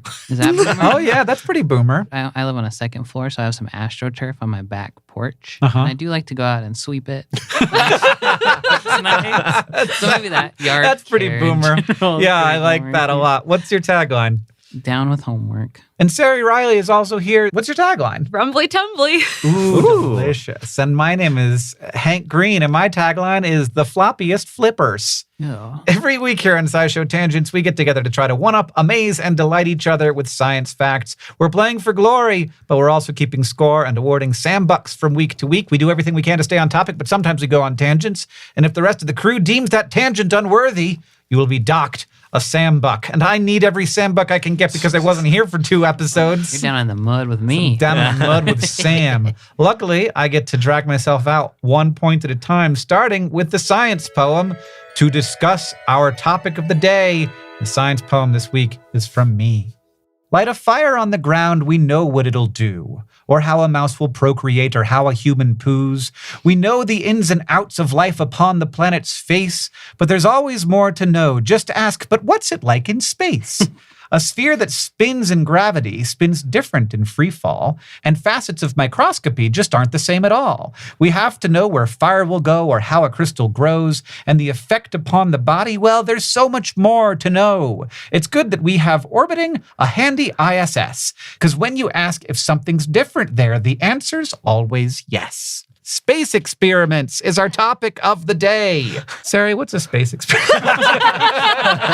Well, it is any science that you do outside of the Earth's atmosphere. Yeah, I guess. Right? It doesn't have to be in free fall, I suppose. No. Yeah. If you shoot something up past the atmosphere and Yep. it's in low Earth orbit, a satellite would probably It be a doesn't space even have experiment. to be in orbit. Oh. You Yeah, could just that's- get it up there. And Doesn't then free well- fall and in orbit mean the exact same thing, basically? Yes. Okay. Yeah, I mean, not exactly, because you can be in free fall, but not in orbit. It just, if you are in free fall and not in orbit, you will run into the planet soon. Right. Or you're on a roller coaster. For Yeah. a brief Ooh. Oh, second. right. I guess you don't have to run into a planet. You would have to be caught. You could be caught by soon something. be caught by something. Yeah. Or you will run into the planet. I didn't go in this direction, but I was wondering whether New Horizons counts as a space experiment. Yeah. Okay. What is New Horizons? A probe that we send out to Oh. study other planets and Yeah, things. sure. I looked up the etymology of space. The first use was maybe Paradise Lost, English poet John Whoa. Milton's thing, Whoa. to refer to anything beyond the Earth. Right. And so it's still kind of a vague word as far as, is it the emptiness between planets? Is an experiment on Mars a space experiment? Right. Eh. As long as it's not Earth, is everything space? Yeah. Mhm. I would like to think that it's everything between planets. So Yeah. if it's a Mars rover, it's a Mars rover. But if it's in space, it's in the void. Yeah. Right. Right. So even if it's orbiting Mars, that's a space experiment. Yes. Okay. I think so. or is that wow. just a Mars experiment? Yeah, Sarah. Yeah. Or is it an Earth experiment? It feels kind of Marsy to me. Well, I mean, here's the difference. When we're doing experiments on the ISS, we're doing them on space. Yeah. Like we're thinking about like what's life like in space with like more electromagnetic radiation, and you don't have gravity. So that's space. Right. Whereas if you got a probe that's like circling the Earth and it's like taking pictures of Earth, Yeah. but that's just a an Earth camera. That's just an Earth experiment, but a better angle. But up high. But in space. It's an Earth experiment in space. Yeah. From space. We should have called this episode Experiments on Space, but then my topic wouldn't fit anymore. So, Well, yeah. I mean, we're doing experiments on space, but we're also doing experiments on things that are in space. That's mostly what we're doing. Is like, what's this thing like when it's in space? And pretty much all the ISS is doing is experiments in space, right? That's mostly what it does. Okay. And like being like in space. Yes. A lot of what the ISS does is like stay up. Uh-huh. So does maintenance and keeping Sure. everything good, making sure there's plenty of food for the astronauts and air and water and not falling down. Mm. I thought you were referring to it as a symbol of our human That accomplishment. too. It does also do that. It does also like put a bunch of humans together in one place, and it says, we are not from any country, but we are humans, which is not something that we get in many ways these days. the area code for the phone number on the ISS is apparently Houston, though. So it's like a little bit Yeah. American in that respect. Yeah. There's the thing where there's some argument over like what Catholic bishop oversees the moon. Oh. Because the idea is that like until you like set up a bishopric or whatever in the new place, the bishop from the place where the journey began is the bishop of the new land. So basically it's the bishop of like Orlando is the bishop of the moon. So like if a Catholic person died on the moon, that's who would go take care of that. Yeah. If you're like raised on the moon and you need some like spiritual Catholic guidance. administration done. I think mostly it's mean- administrative what the bishops do rather than because the local preacher would. But Okay. I guess you don't have one. Right. So maybe you have to go all the way up the chain to the bishop. Yep. Put them in a rocket. I don't think you can tell Just put a call to Earth. Yeah. Yeah. I mean, doing a confessional over, I guess there's probably a secure line you could get on. Yeah. Ooh. What are we talking about? That seems like A tangent. We went a little bit off. That was definitely me. How are you feeling about it? I learned I something. enjoyed so Okay. it. That was a fine. Yeah, I very liked it fun a lot. fact. Yeah. We're going to move on. It is time for one of our panelists has prepared 3 science facts for our education and enjoyment, but only one of those facts is true. The other ones are big, fat, stinking lies, and we have to guess which one is the true one. And if we get it wrong, then Sam gets a Sam buck, because Sam is doing truth or fail. In the grim darkness of the far future, space is full of brands. Commercial space flight, advertising, publicity stunts, an outlet mall on the moon, it will all come to pass in the future. But for now, a few brands have already gotten their foot in the door by funding space experiments. Which of these are a real brand-funded experiment in space? Number 1, KFC funded research into using chicken fat as an eco-friendly rocket fuel component. Number 2, Nike branded shoes with sensors designed to monitor astronauts' feet while exercising to help fight bone loss. Okay. Or number 3, a study funded by a perfume company to see if flowers smell different in space. KFC, Kentucky Fried Chicken. Is it just KFC now? I think officially it's just KFC, but you can call it Kentucky Fried Chicken. if you Okay, want. so just for clarity, for the people at home Yeah. who may not be aware, in America we have a thing called Kentucky Fried Chicken. Yeah. Other countries too. It's I very think it's popular in huge. China. Yeah. Oh, never mind then. I think it's I pretty just big in assumed Japan, by the too. Kentucky in it that it would be. I think that's why they called it KFC. People you're like, I don't want to know about this. Yeah. I don't care where it's from. Yeah. So there's KFC sponsored chicken fat rocket fuel. Rocket fuel? Rocket fuel. Nike sponsored shoes that have sensors in them to help protect against bone density loss. Or a study funded by a perfume company to see if flowers will smell different in space. What perfume company, Sam? A perfume company. Unspecified. Unspecified perfume company. Okay. Would they smell different? This is the thing. But as my poem says, nothing is the same in No. space. Everything is different. And I think I have heard something about things smelling different in space. I could see this being a lie though, if it's an unnamed perfume company of just like some perfume company didn't want to see a flower smell different. They just like sent up nice smelling things to the space station. It's like, oh, you're stinky up there. Here's Right. like nice smells. Yeah, that seems like more of a brand deal than like, I want to know what flowers smell like. But you never know. Maybe they just want to help science happen. Yeah. And I know that Nike has those things that they put in the shoes for a while. Do you guys remember those? They have things Kind that they of. put in They the hook up shoe? to an app or something. Yeah. Oh. Yeah. Yeah. Oh. And like go in your shoe and it would be under the sole and it'd be basically like a Fitbit, but in your shoe. And I think that they sort of got replaced by Fitbits. Oh. Mm. I was going to say it sounds better to have the Fitbit in the shoe. But you're not always wearing the shoe. Whereas the Fitbit's Well, always on you and it tells you what that's time true. it is. That seems very reasonable to me, especially because it's Yeah. like, if we could be the shoe on the mission to Mars, that'd be pretty cool. Oh, heck. I mean, yeah, Nike's definitely got to get that one. You're not going to let Girls. Under Armour be the freaking No. sportswear brand of Yeah. the Mars mission. It's got to be Only- Nike. Get a Just little do it. swoosh on the astronaut boot. Oh, Swoosh on the boots. I'm feeling perfume. dear. really? Yeah, I know. I think it's wild because but like, I don't know. I'm not going to rationalize it too much because I don't want to sway you to my side Okay. and have you guys get my points because of my wisdom. We didn't talk about the chicken fat. We It's didn't. true. This is It this didn't is have to say. It doesn't have to work necessarily. They could just fund it Oh. Yeah. and like slap KFC on the side of the rocket. I think that's because I'm hungry for lunch and now I want fried chicken, but I'm gonna go with that one. Oh. Does KFC have Uber Eats? I'm just wondering if we should get an order for everybody because it Oh. does sound good. By the time we finish, it'll be here. That's right. Yeah, that sounds good. Yeah, order This KFC in is- the middle of our podcast. This is a -1 tangent. I think feel that's like this all is a this whole -1. episode. Oh We're all set no! Who back to gets the zero. -1 tangent for the KFC? Well, Hank for suggesting that The we should order? order and then pulling out his phone. Just saying if it's available. I am also leaning towards the KFC one. It does sound sort of plausible to me only because fats have a lot of calories compared to like protein and carbs. And so I could see them processing it in some way that maybe it could be used as a fuel. We definitely have turned fat into fuel, biodiesel. We can't get KFC, but they got Popeyes. Do you want Popeyes? I would eat it. I'm hungry. I'm getting some Popeyes for me and Sarah. At least. Do you want some? I mean, if Well, I you're want a getting sandwich if you're gonna get one. Popeyes, I'm not going to say no. All right, we ordered Popeyes. What's the answer? Because it's been 100 years, please remind me what you all picked. I picked KFC fat. KFC fat. And I picked the perfume. The correct answer is the perfume. What? So can I tell you why I thought it was perfume that I didn't tell everybody? Yeah. Because I don't think that NASA likes it when there's too much closeness between the thing and the brand. So if they were like actually saying like, does this perfume smell super good? Then I'd be like, no.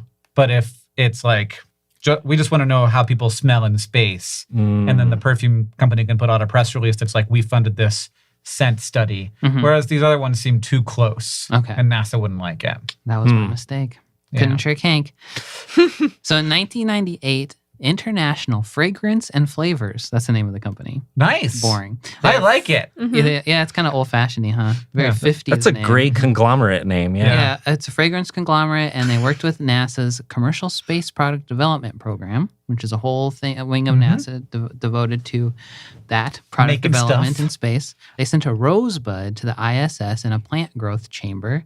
And when it bloomed, they took samples of its scent compounds, and they reported that the smell had changed from a very green, fresh, rosy smell to a more floral rose aroma, which apparently two different. Yeah, I can definitely know that's very different from one another, I'm sure. Rose was in both of them as an Yeah. adjective. One was a little more green, though. You know, They both smelled like rose. Who smelled it? Just the astronauts? no, the astronauts collected samples and then they brought it back to.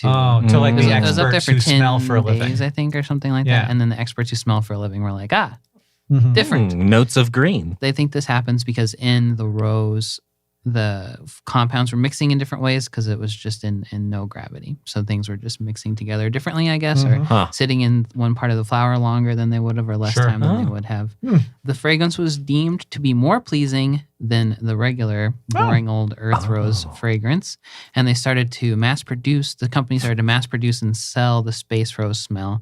And there's at least one product that uses it that I could find, a Japanese perfume called Zin, which is described as floral, woody, and spiritual in scent. It smells like the inside of your soul. Yeah, and you can buy that if you want to smell like a space rose. But they don't even advertise it as space smell? They do not seem to, no. Okay. No. You'd think they would, but they don't. The chicken fat thing was not funded by KFC and not a rocket fuel, but in 2011, NASA tested a jet fuel made of chicken and beef fat to see if it was more environmentally friendly than traditional fuel, and it was by quite a bit. They ran this jet airliner idling, and it produced 90% less black carbon. When they did the takeoff routine, it produced 60% less black carbon. So that seems cool. I couldn't find where they were getting all this chicken fat, but It's around. maybe KFC. Yeah, I mean, probably the place where the chickens get turned into food. Into food, yeah, maybe. KFC did fund some stuff in the 90s about egg development in space. And the little box that the eggs went up in had a Colonel Sanders picture on it. And then bone loss is not funded by any brand, but there's a special pair of pants and shoes that astronauts wear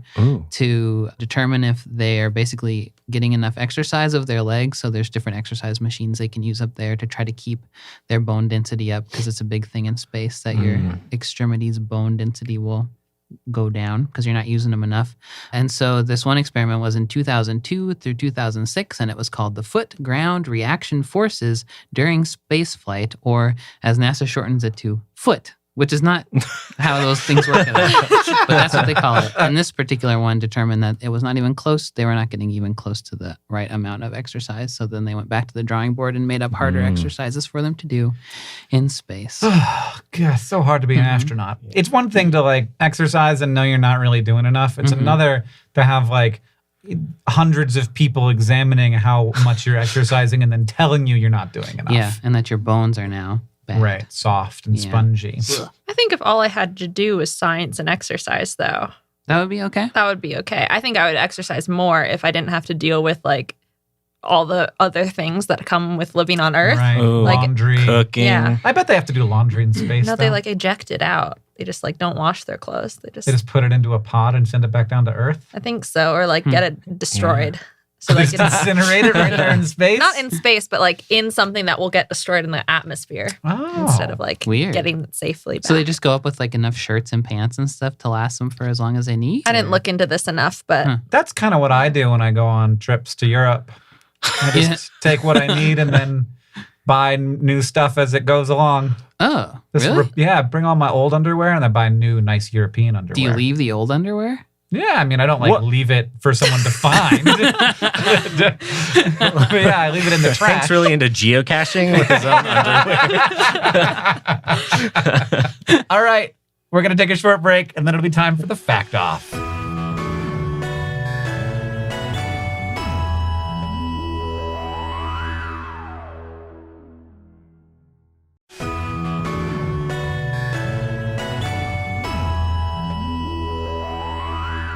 Welcome back, everybody. Sambuck totals. Sarah's got nothing. Stefan's got nothing. I've got one, though I should have two. No. But I wanted Popeyes. Oh, yeah. And Sam's got two as well. All right. Everything is as it should be. Now it's time for the Fact Off. Two panelists have brought science facts and presented the others in an attempt to blow our minds. And we each have a Sambuck to award to the fact that we like the most. And to determine who's going to go first, I'm going to ask you these questions. What year did dogs Belka and Strelka go into space with several of their rodent pals to become the first creatures born on Earth to go into orbit and return back to Earth alive? What year was it? 1953. 1953. that's way earlier than I would have thought. 1962. The correct answer is 1960. Okay. Well done, Sari. Were they Yeah. shooting things into space in 1953? Sputnik was 57. Okay. It all Okay. happened in the 60s in my head, no matter when it actually Gotcha. happened. A lot of it happened. in I the was a little 60s. too early. It moved really fast. From the first thing to being on the Yeah. moon was 12 years. And Yeah. then we were like, let's never do that again. It was boring. We're up good. So I guess that means that, Sari, if you want to go first, you can. Or you can make Stefan do it. I will go first because last time I made Stefan go first.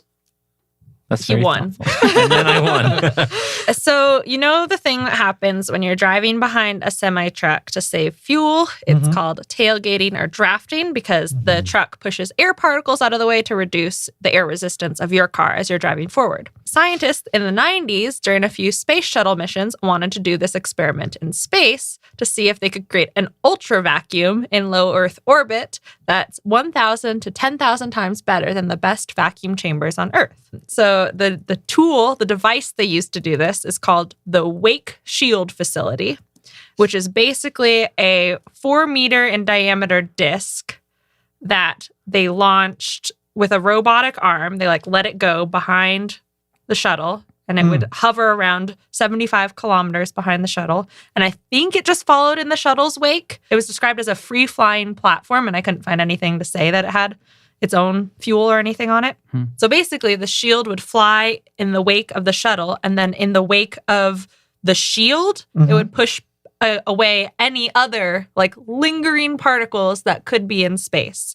And the vacuum, the ultra vacuum, was created behind this disk. And it worked. And the reason for all this trouble is they wanted to test creating thin film materials with a process called epitaxy, which is basically depositing really thin layers of a substrate. And so I think on the back of this disk, they had a substrate that they wanted thin oxidized layers of crystal or something to build up on to research things like really, really fine semiconductor layers, photocells, which are sensors that detect light that can be really thin, and even research into bionic eyes because they wanted to grow very, very thin ceramic films to act as replacement retinas because silicon, which is, I don't know, they were trying it out, reacted really badly with eye tissue. And so then ceramic was seen as more biocompatible. And so they wanted to grow these ultra thin films that you could only do in an ultra vacuum.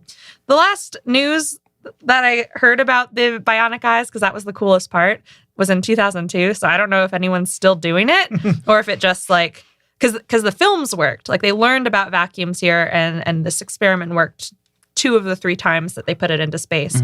But as far as I could tell, they were just seeing what could be done in an ultra vacuum. Right. We did it. Yeah. We did it. Huh. When you started that, I was like, oh, they're going to launch 2 rockets and have one follow the other so that it uses less gas, get a little bit better mileage, you know? No, that seems iffy. Yeah, no. They just wanted to see what happens if you create an ultra vacuum. And then deposit crystal and stuff on a surface very, very, very thin. So we have talked about things that are 1 micron thin. Is a micron the smallest thing you can do? Or is there smaller things? Or is there just some things that you could only spread extremely thin in a super vacuum like that? I think it's it spreads smoother in an ultra vacuum because in air there's a bunch of other particles, and even in a good vacuum but not a great vacuum, there's the chance of something disrupting a single layer of atoms being layered on top to form a perfect crystalline structure. And so it just prevents contamination that there would be any other atom just happening to float around and get incorporated in the crystal structure. Okay. Is that more of a vacuum than space? Yeah, because there's still some stuff in space is to push whatever stuff might come across the path of this wake shield facility, push it out of the way to make even more of a vacuum. Okay. Right, and it's moving too fast for stuff to rush in there. I feel like we should say that in real life on Earth, when you're driving, you shouldn't tailgate trucks to try to get better mileage. That's a super not safe thing to do. Stefan knows. No, I never tailed them that closely because I was aware. Okay. But yes. Yeah, that's probably a good safety I measure. dabbled in hypermiling for a while. It's also good to not drag yourself behind a space shuttle. So, Stefan, can you follow that? We'll see. So there's an experiment that was done by JAXA and the University of Yamanashi as a first step in figuring out how viable it is to store sperm long-term in space. Okay. And so the idea is that in the future, the far future, there will be colonies or just long-term missions, multi-generation missions perhaps, where we need some kind of assisted reproductive technology in space, both for humans to maintain genetic diversity, but also for livestock and things. And also they presented the idea, which I had never thought of just like storing genetic material off-world in case of an emergency down here. Like if something bad happens, Yeah. What? A seed vault. a seed vault, Right. Yeah. but like human Svalbard seed vault. Yeah. Human seed on the moon vault. or something. But the problem is that if cosmic radiation causes a lot of damage to stored sperm, it could affect the future generations that are produced with it. Sure. So they collected sperm from 12 mice, separated them into 2 sets of vials, and one was sent to the ISS and one was kept on Earth. They called that the ground control sperm.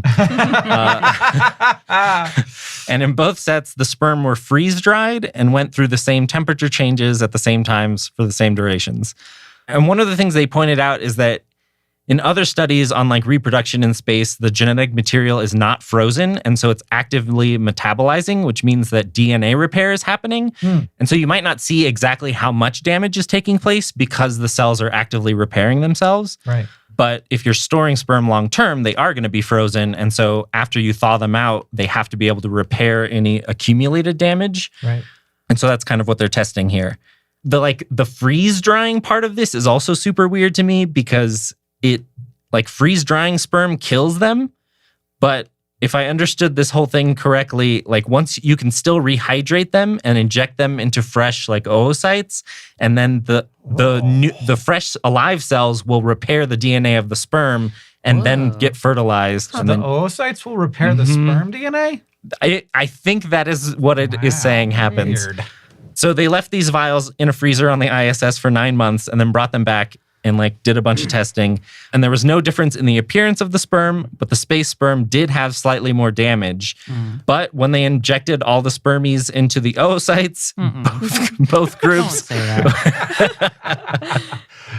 Can I continue? You can say Okay. spermies. If you say eggies. Yeah, you can only say spermies if you say eggies. Yeah. Otherwise, it's the patriarchy. Yeah. And you lose a sandbag. Oh, God. When they injected all the spermies into the little eggies, both groups, the space sperm and the ground control sperm, went on to produce little mice pups at basically the same rate. How long were the spermies up there? 9 months. If we're going to do a seed vault, we need longer than that. That's why I was saying it's like kind of a first step experiment because like when we do artificial insemination on Earth, those things have been in storage for like over a decade sometimes. And so like we need to be able to test very long-term storage. Bury them in the moon. Yeah, if they're buried and shielded, then that would be okay. That was kind of the thing is they were like, yeah, we could make like an ice shield or you could stick these in a lava tube on the moon or something, and that would help protect it. Yeah.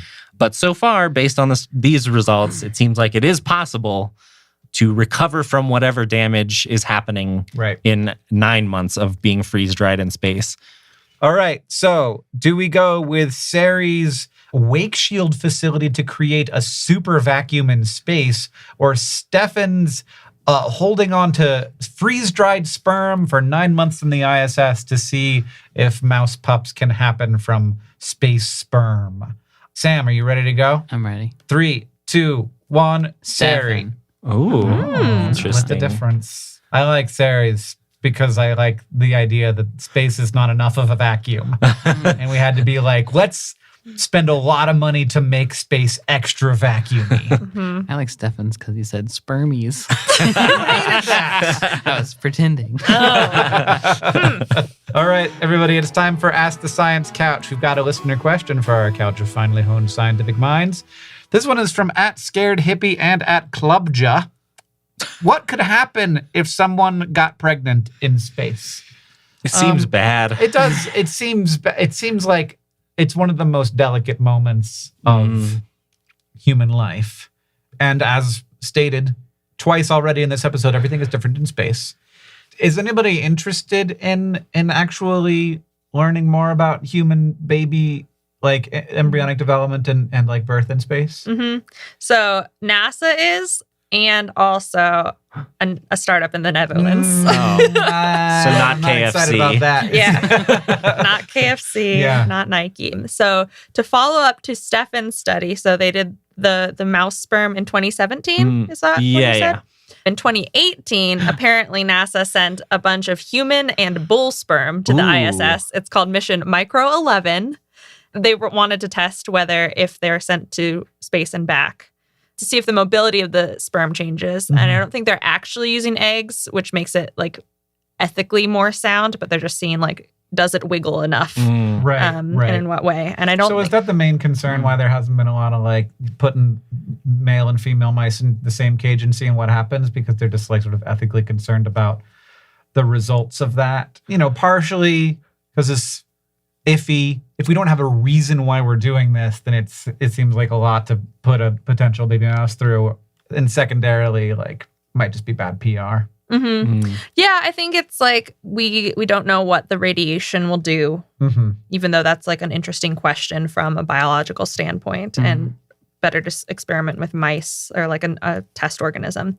Also, just like logistically, having sex in space seems difficult, and like I feel like I don't buy this. I feel like need for a lot of rubber animals, I think an bands. animal wouldn't even probably want to try. Right? yeah, Yeah, Because they'd be in such a different, like I've read about ants and stuff in space, and they don't even try to do anything. It seems like. man. Yeah, I guess I could see that. I don't know. But my understanding of biology is basically that, like, if you can, then you will. Just Unless because that's maybe the you're whole- floating that's the whole point. in the void but of space. if there's a stressor that is big enough that makes you sort of think that's not the thing to do. I do not buy that no one has had sex in space. I got the tapes. No, I don't. there's a company that doesn't want to make people have sex in space. They want to send a pregnant woman good. up to space with a medical team to deliver a child. I don't know. They just like want to see what happens if a baby is born in space, like at the moment of birth. It doesn't seem very useful for like a long-term study because then there's no development happening. No, I hate that. I've been there for a birth, and you want gravity. You want gravity so bad. You want to keep all that things going in a direction. Yeah. Suction tubes. So it's like all the question of like fluids. Yeah. Gravity is not helping get the baby out. But then also you can answer questions like if a baby is born in space, if your first breaths are like oxygen in a spaceship instead of like Earth air. I don't know how the composition is different. Is that different? I don't It know. can be, yeah. It usually isn't now. We now, I think, just use the same nitrogen oxygen mix that we use on Earth. The big question is like how do you make it back to Earth with a baby? Also, just I hate this on multiple levels. Yeah. This is a bad idea. Like, I don't see learning anything just from the having of the baby. It just seems like it's just gonna make things harder and more dangerous. yeah. And that's it. You don't really learn anything. So the question is, what would happen if you got pregnant in space, right? So like simply put, what could happen? We don't know. Bad. Probably more challenges than there are on Earth in all steps of the process. And slightly more, like a higher probability of having a health problem. Yeah. You have to put a lot of tarps up on the International Space Station. Yeah, I Someone think was- suction tubes is definitely the thing to do. Yeah. Lots of Ultra suction tubes. vacuum. Yep. Had that thought when I was reading about my thing because of the livestock in space seems terrible. Like you've got like chicken feathers all over the place. Oh, like yeah. Tube them up. Gravity is so helpful. You never really Yeah. think about how Thanks, necessary it gravity. is. Like sometimes it's really annoying, like when you fall and you're like, ow. But the rest of the time, gravity's great. Yeah, it's like I'm glad my poop fell in the toilet. If you want to ask your questions to the Science Couch, you can follow us on Twitter at SciShow Tangents, where we will tweet out topics for upcoming episodes every week. Thank you to @McGoober, @Philostronaut, and everybody else who tweeted us your questions this week. Sambuck final scores, Sari and Hank and Stefan. We're all tied for second, and Sam coming in The in the natural lead. order with is for 2 Sam. If you like this show and you want to help us out, it's easy to do that. You can leave us a review wherever you listen. That's super helpful. Helps us know what you like about the show. Also, we look at iTunes reviews for topic ideas for future episodes, so you can leave those there. Second, you can tweet out your favorite moment from this episode. We love to see those. And finally, if you want to show your love for SciShow Tangents, just Tell people about us.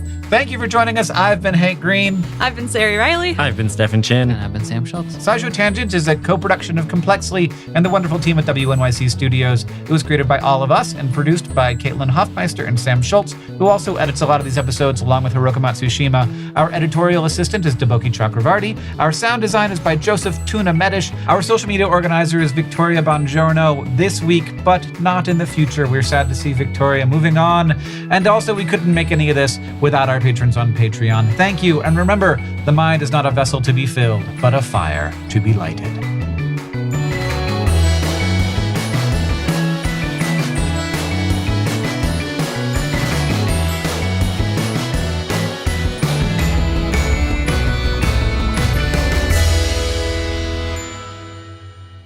But one more thing. Flatworms, which are known to regenerate, got their heads and tails cut off and then sent to the ISS for 5 weeks.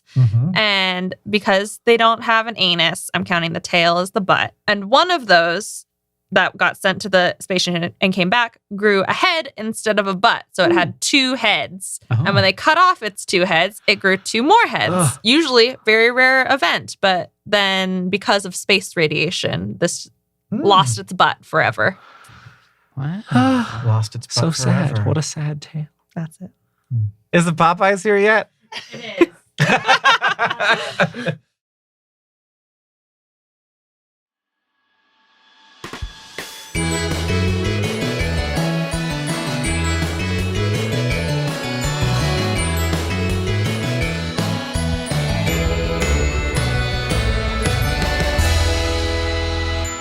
Hello and welcome to SciShow Tangents, the lightly competitive knowledge showcase. I'm your host, Hank Green, and I'm joined this week, as always, by science expert Sari Riley. How comfortable are you with that title? Oh, not at all. I figured. I was just thinking about that. Every time you say it, I'm like, no, that's fake. Yeah. Expert is not anywhere in the top 50 words I'd use to describe myself. We are also joined by our resident everyman, Sam Schultz. I'm very comfortable with that title. If you could go on a vacation to someplace that doesn't exist, what would it be like there? Like, tell me your ideal vacation spot. Anything can be different. It can be purple. You could fly. It could be low gravity, high gravity. This is because I just watched a documentary about the SEAS mission, which is they spent a year on an island in Hawaii as if they were on a mission to Mars. It was like Sure. a group of 6 people. Mhm. It would be cool to go to just somewhere like that where it's like rocky and weird and probably more weird things to discover, like non-earthly tide pools in Yeah. green water. And there's lots of animals and all of them taste just like Welch's fruit snacks. No, I don't want to eat them. I'd be a gentle tourist. Isn't it like leave only footsteps, take only memories? And bites. Just a little nibble. Come on. Nipples. You guys want to go on a vacation where you're working and doing science? Is that what you're saying? No, it's not working.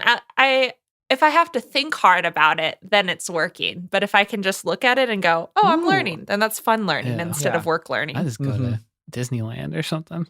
But I've never been on a vacation that wasn't more work and exhausting than not being on vacation.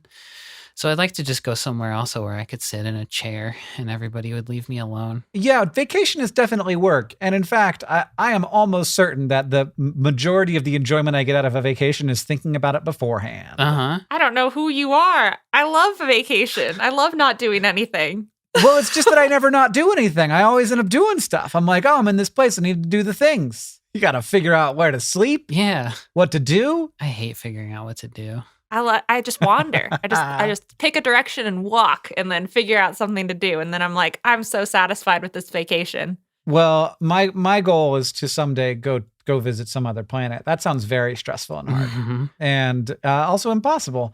So it's good to have it's good to have dreams that you're definitely not going to achieve. So you're listening to SciShow Tangents right now, and every week on this show, we get together to try to one-up, amaze, and delight each other with science facts and science games, and we try to stay on topic, but we aren't always great at that. Our panelists are playing for Hank Bucks and for glory, and I'll be awarding those Hank Bucks as we play, and at the end of the episode, one of you two will be crowned the winner. Now, as always, we're going to introduce this week's topic with the traditional science poem from Sari. When humans of yore first gazed up at the sky, they marveled at objects, but then wondered why. Some stars stayed static, but others did fly across the horizon as weeks passed them by. These stars weren't stars at all, it turns out. These wandering orbs of astronomical doubt. They were planets like Earth on an elliptical route round the sun, which our system could not exist without. Scientific advancements like telescopes and such led to ideas about planet formation so much that we dreamt of other stars with planets in a clutch, and astronomers went seeking with a careful touch Through the method of Doppler and patience, we found one exoplanet, then another was crowned, then 2 and 12 more, and 1,000 abound, thanks to Kepler and Tess and other space hounds. In more and more ways, our instruments can show other worlds, potential life, new things to know. How lucky we are to see skies aglow, all the awe of the universe summed up with, whoa. That was like a tearjerker. Yeah, I got inspired. I remember being a kid and, being taught that, like, we don't know if there are any other planets in the whole galaxy, in the whole universe. And then now it's like, one thing I learned from that is that I'm pretty sure everybody was pretty sure there were, but like we didn't have any evidence for it. And so scientists don't say things that they don't have evidence for.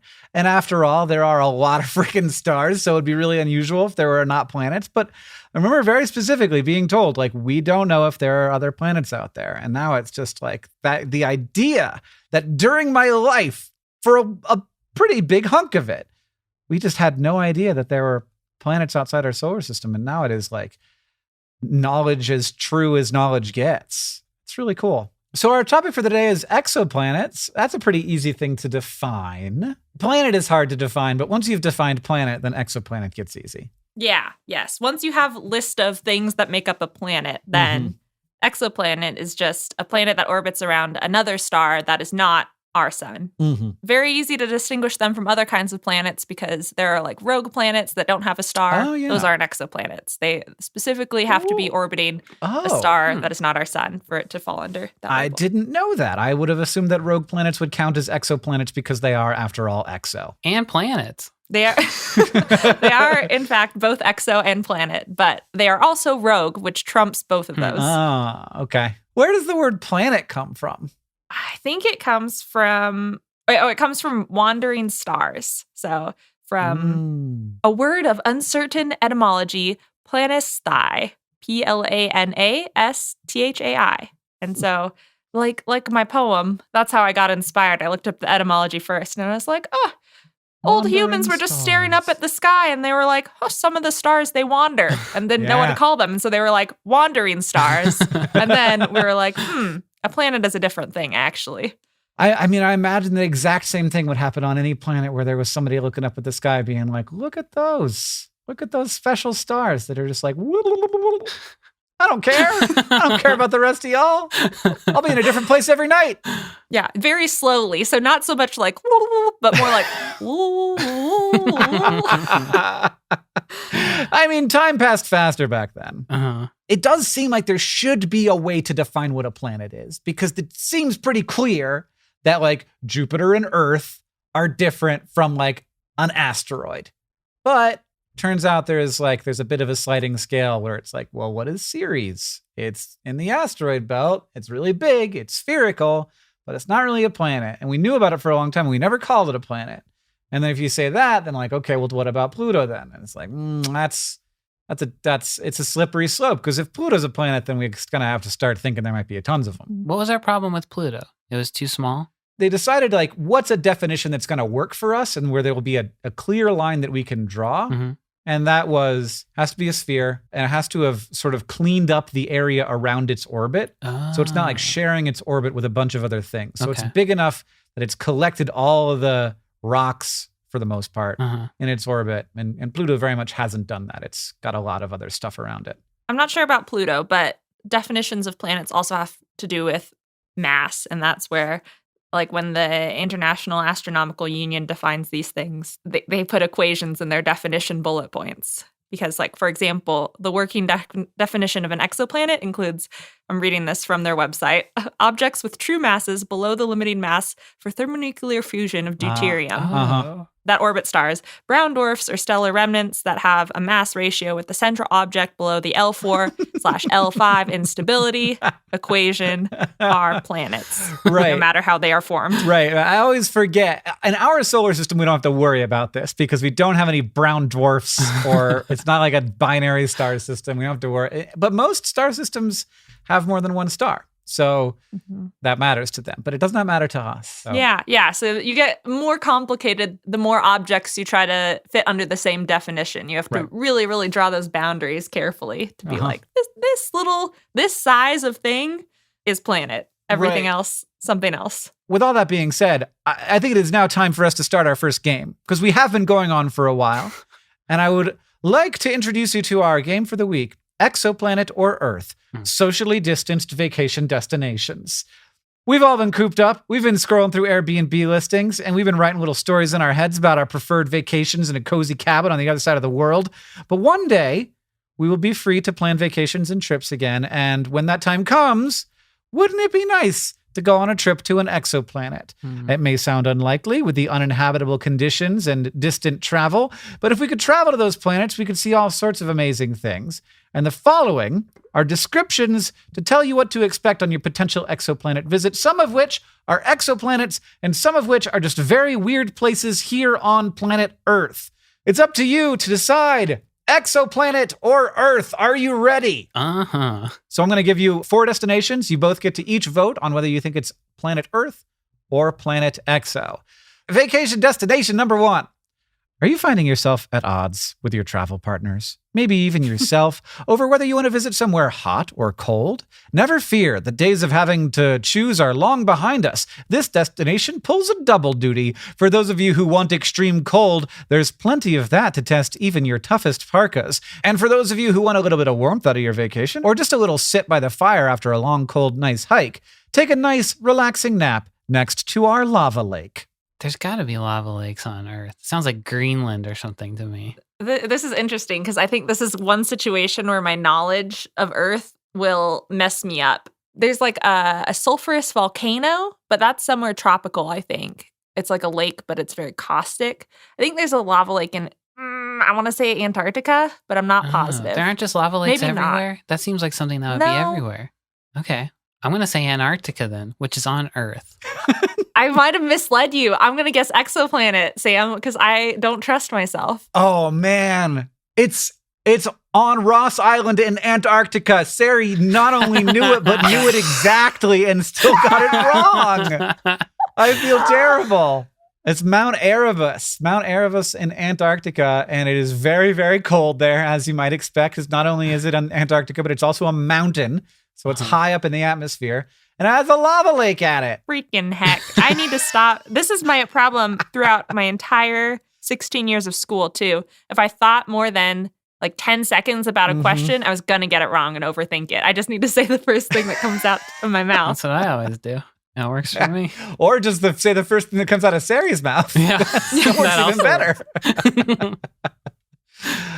Vacation destination number 2. Are you looking for a nice romantic spot to take your favorite person? You could just go to your local sunset lookout, or you could step things up and give your beloved the gift of a very strange sunset. Come visit us, and you'll be able to witness an unusual sight in the evening. A sunset that sets not with our beautiful but familiar shades of orange and pink, but rather goes from blue to green. This unique sight is the result of gaseous chemicals around you that absorb red light, resulting in a display that is sure to delight and amaze. I think there's a beach in LA where the sunset is green. Oh. And that has chemicals everywhere because it's LA. I've never heard of that beach in LA, so you're teaching me something. I know there are like northern lights, so the Aurora Borealis on Earth, which is like those blue-green atmospheric phenomena. But that's not a sunset thing, is it? But it's not a sunset, yeah. But there are like gases being energized in Earth's atmosphere, but I don't think, it makes me think that those gases only appear for a very short time and like not concentrated enough regularly for it to be like a for sure green-blue sunset. I'm gonna go with Earth again. I'm going to go exoplanet again. All right, swapped it on its head. Sam was wrong and Sari was right. Ah. This was about HD 209458b, also known as Osiris. It's a gas giant that has an atmosphere of carbon monoxide and sodium. The sodium particles absorb the red light, which would likely give you a blue-green sunset. Much of its atmosphere is currently escaping, and also carbon monoxide and sodium, in general, 2 of the worst things to breathe in. Vacation destination number 3. For the rock climbers among you, this is going to be the destination of your ascension dreams. When you arrive, you'll be surrounded by basalt, that volcanic rock that makes for exciting climbs, with a landscape that's been compared to the moon. Even the non-climbers in your group will have plenty of sights to take in and appreciate, and with cloudy weather rarely a problem here, you should be able to make the most of your trip. Maybe you'll even want to extend it. I don't know. That there's basalt on Earth. Yeah. I know that. There are basalt columns like in Washington. Mm-hmm. I think this is somewhere in like Utah or something. I also think this feels like on Earth where you'd train rovers or something like that. So I'm going to guess Earth. Sam, Earth? Oh, yeah, Earth. I'm sorry, that was the exoplanet LHS 3844b. It's a rocky planet. Our biggest clue here was that it is unlikely to rain because it does not seem to have an atmosphere. They think that it's covered in basalt and that the cooled rocky parts of it would resemble the darkest parts of the moon called the mare, I think. LHS 3844b is tidally locked, meaning one side of it is permanently facing the star it orbits, and the star-facing side is around 1400 degrees Fahrenheit. Uh-oh. So while you would not get rained on, you probably would be praying and hoping for a couple drops, please. Thank you very much. And finally, vacation destination number 4. For a relaxing retreat, a visit to our baths is sure to inspire you. You may be surprised to find it among the rocky scenery, but when you arrive, it is hard to miss the dazzling pools of neon green that fill in depressions left by ancient volcanoes. The impressive hue is a product of sulfur that fills the depths, though, of course, given that sulfur is neither gentle on the skin nor the nose, it may be best to enjoy these baths from a distance. Well, you go first this time. I'm going to give you the right answer. You're going to give me the right Yeah. answer? I already talked about this. This is the volcano in Indonesia, I think. I think it's, and I'm going to screw myself over if this is wrong, but I think it's called Kauai Gen. And I think it's like a sulfury blue-green lake. It's very cool and weird. So Earth, I'm very confident Earth. I think Hank's having a little fun with us, and he's talking about Yellowstone National Park, which is right in our backyard. Oh. So I'm going to go with Earth as well. You are both right. It is Earth, though the specific neon green pool of water that I was talking about was neither of the ones, though you are both right that those places have sulfury water.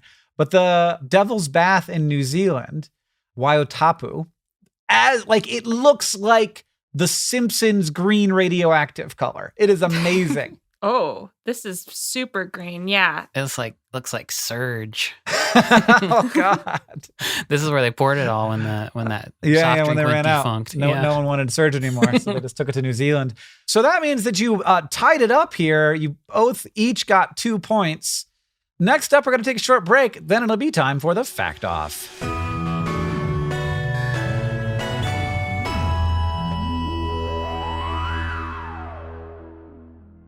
Did you know SciShow Tangents has a Patreon?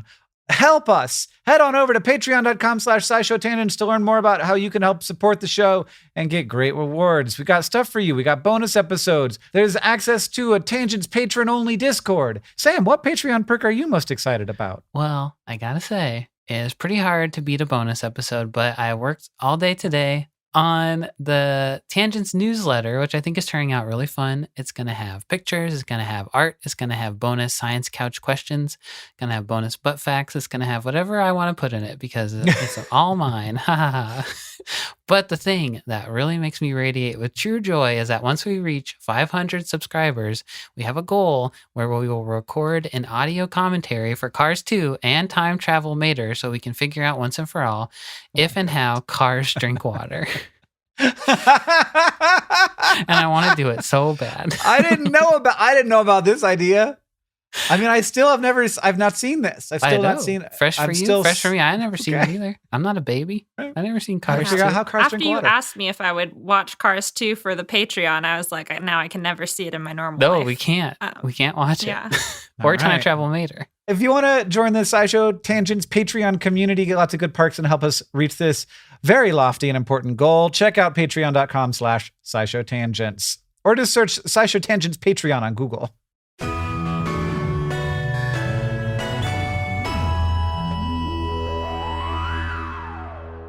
Welcome back, everybody. It's time for the Fact Off. Our panelists have brought in science facts to present to me in an attempt to blow my mind. And after they have presented all their facts, I will judge them and award Hank Bucks any way I see fit. And to decide who goes first, I have a trivia question for you.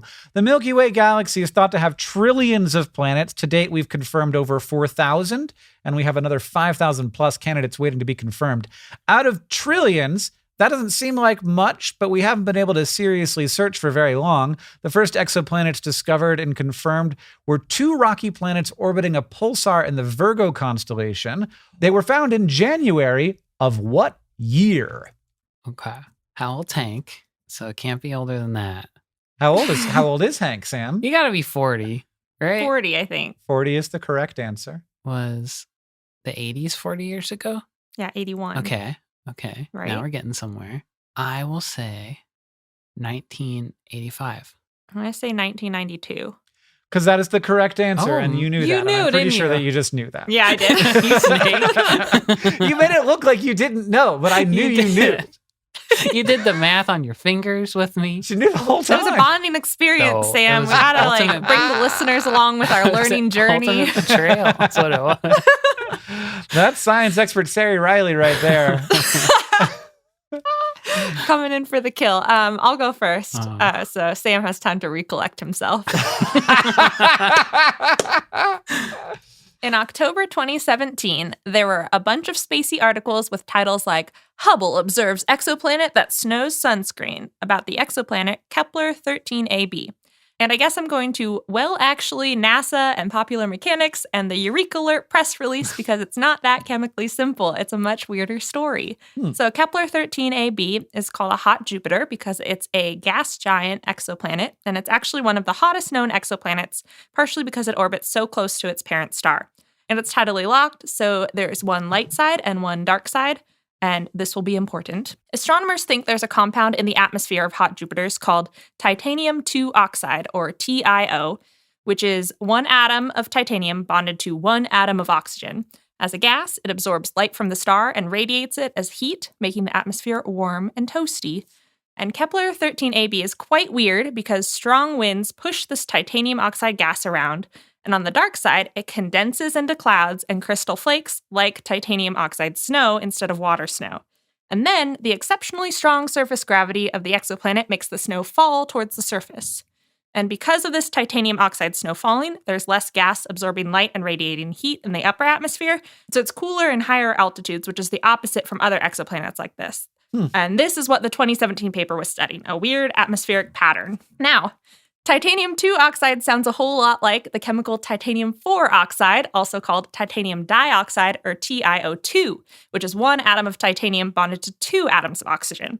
And that's found a lot on Earth. It's everywhere from white paint called titanium white to sunscreen because titanium dioxide's chemical structure makes it really good at scattering UVA and UVB rays, so it's reflective and bright and protects our DNA. And as far as I can tell, it does not radiate heat. So mixing up those two chemical names is the source of confusion in those headlines saying, wow, sunscreen is falling like snow. Wow. And unlike titanium dioxide, which is in sunscreen, titanium oxide on exoplanets that warms their atmospheres is rarely found or made on Earth. So Kepler 13ab, in my opinion, doesn't really have sunscreen snow. It's more like little hot rocks falling out of the sky, leaving atmospheric cold spots in their wake, which in some way seems cooler, no pun intended, to me.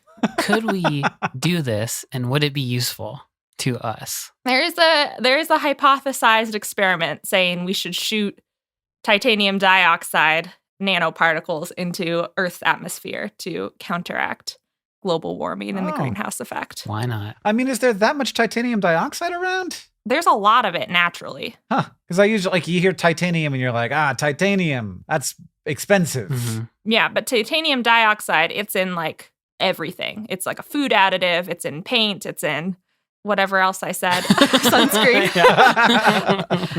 Titanium is the 9th most common element in the Earth's crust. Huh. It's got a great marketing department because it does. Yeah, seem I mean, it's just a good name, titanium. So did you identify this inconsistency on your own, Sari? You're just like, why do you keep saying that? That's a different thing. Yes, yeah. It was weird because in the press release and within all the articles, they said it was like titanium dioxide was found in the atmosphere. And then I went to the paper and there was no dioxide anywhere. It was all TiO. And then I looked at the PubMed or whatever, the PubChem articles about the two compounds. And I was like, no, these are different things. they like don't overlap in any way. And so it was very weird because at first I was like, oh, I'll talk about sunscreen snow. And then as I was researching, I was like, I'm going to talk about how everyone was wrong about sunscreen snow. Perfect. Well, actually, Sam, it's time for you to take it on. So one of the first questions that jumps into people's minds when a new exoplanet is discovered is, could there be life on it? And since we know that life exists on Earth, we came up with the Earth Similarity Index, by which we measure how similar to Earth an exoplanet is, and by extension, how likely it is to have life as we know on it. So the ESI is an equation that looks at a planet's radius and density. I think because if a planet is too big, it would squish us. Is that why? Like its gravity would squish us? Yeah. Okay. Its escape velocity. So we know that it won't just go flying off away from its sun, I suppose, at some point. I think that's probably the escape velocity of the planet, which would just be a metric for like gravity at surface level. Oh, okay. So they're not worried that we're going to land somewhere and then it'll get flung off into the universe? No, probably not. Oh, okay. Well, that makes more sense. And temperature, because humans are sensitive and they need a nice place to live if we're going to go take over this planet. So the equation spits out a number from 0 to 1 of a planet's Earthness, and the closer to 1 it is, the more Earth-like a planet is. So Mars's ESI is 0.55, for example, right now. I guess because there are a lot of good things going on for it, like size is okay, but it's a barren hellscape otherwise, so it's only half as good as Earth. So for planets not in our solar system, pretty much all we can figure out by looking at them is how long it takes to orbit their star and possibly how big they are because of how much they move the star they're orbiting or how much light they block when it passes in front of the star. So most other measurements, from what I could tell, were purely speculative, especially temperature, which I think scientists are just sort of like, could be like this based on how far away and what kind of star it's around. Nevertheless, there are plenty of lists of hypothetically habitable planets floating around on the internet that humans could either escape to or find life on. Unfortunately, many of them are thousands of light years away. But in April 2007, scientists at an observatory in Chile found Gliese 581c, a mere 20.4 light years away from Earth. And on top of that, it seems to check off all of the right Earth Similarity Index boxes. It appeared to be the perfect distance from its star, it wasn't too much bigger than Earth, and its average temperature, if it had an Earth-like climate, was estimated to be around 104 degrees. Fahrenheit? Well, yeah, 104 degrees Fahrenheit. A little steamy, but it's okay. That's fine. Yeah, that's within the just wear a big hat. Realm of possible. Yeah. It's not 104 degrees Celsius. No, it's just Fahrenheit. I don't know Celsius, so I won't say that one. It was calculated at the time to have an ESI of 0.92, which was, if not the highest number ever reported, among the highest ever reported. Another exciting thing happening in 2007 was social media. So Twitter was founded just the year before, and there were lots of social media sites popping up that don't exist anymore, like Bebo, which was a blogging platform owned by AOL, the name of which was an acronym for Blog Early, Blog Often. So social media was really new and exciting, and the market was super crowded, so sites were always finding opportunities to get their names out. And news about a potentially habitable planet not too far from Earth was just the right kind of opportunity for a marketing scheme. So, in the interest of fostering interstellar friendship and brand awareness, Bebo ran a competition called A Message from Earth, where users could vote on image and text submissions to Bebo, and the top 500 would be beamed from a radar telescope in the Ukraine to Gliese 581c. So I couldn't find a complete list of the submissions that we sent, but some of them were pictures of someone getting their first kiss, messages from various politicians, and a shout out from the British boy band McFly, which I've never heard of, but were a big deal in 2007, I guess. The winning messages were shot into space in October of 2008 and are expected to arrive in mid-2029. So it's possible that in 2049, a bunch of aliens will show up and they'll be ready to see McFly live in concert. Except that's not very likely because by November of 2007, which was just months after Gliese 581 was discovered, its livability had already been basically disproven. The main strike against it was that there was a new model that showed that its temperature was more like 800 degrees than 104 degrees. But that didn't stop Bebo, so they sent the message anyway. But since then, we found other planets in the same system, 2 other planets specifically, that could be habitable, and they're much more likely to be habitable. And luckily for us, the Australian government already shot a bunch of tweets at one of them in 2009. So when those aliens show up in 2050, they will want to meet Balloon Boy and David After Dentist. Oh, God. And they'll be like, how's Bebo doing? I just love the concept that all aliens will have this like totally outdated idea of what we are into. And they'll seem so lame when they get to us. Well, and they're not going to like zoom here at the speed of light, probably. They'll just send us a little message and be like, oh, here's our newfangled social media platform that's going to be bankrupt in 2 years. Yeah. Send McFly albums, please.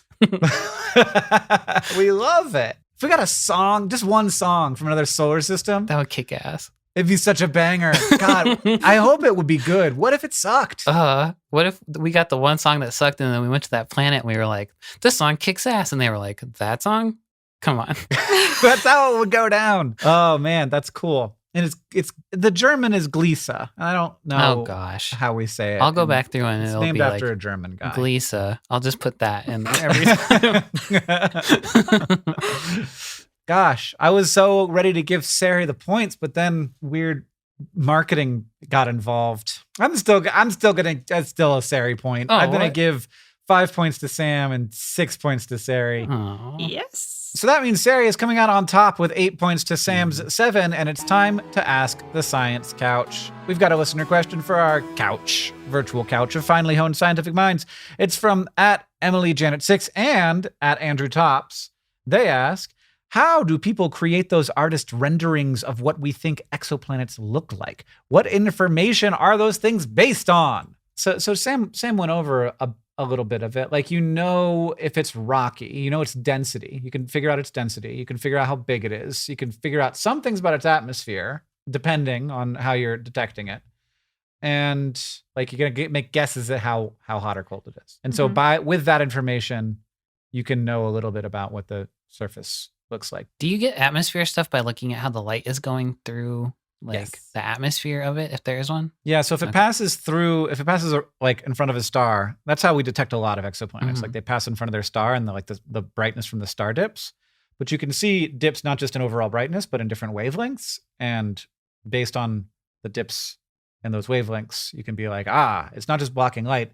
At the edges, it's blocking certain wavelengths of light. And those are wavelengths that are blocked by carbon monoxide or carbon dioxide or methane or whatever.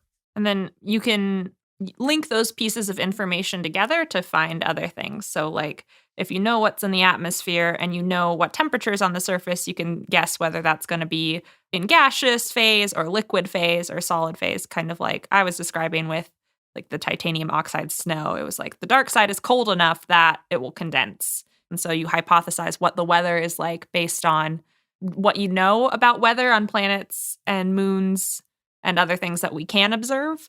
And that's a big part of it too, is like taking a look at objects we do know about and can see or can image pretty directly, and then applying those characteristics to exoplanets, because it's kind of like, I don't want to reduce paleo art, but my understanding of it is like, we know what reptiles and birds look like nowadays. And so you can take those characteristics and extrapolate them to dinosaurs. So you can look at Jupiter's moon, Io, which is its volcanic moon. And it's like lava and volcanic terrain. And they found that TRAPPIST-1b, the exoplanet, was also kind of like reddish and lava-y. And so they were like, well, let's just make it look a little bit like Io. Let's render some surface characteristics that look similar.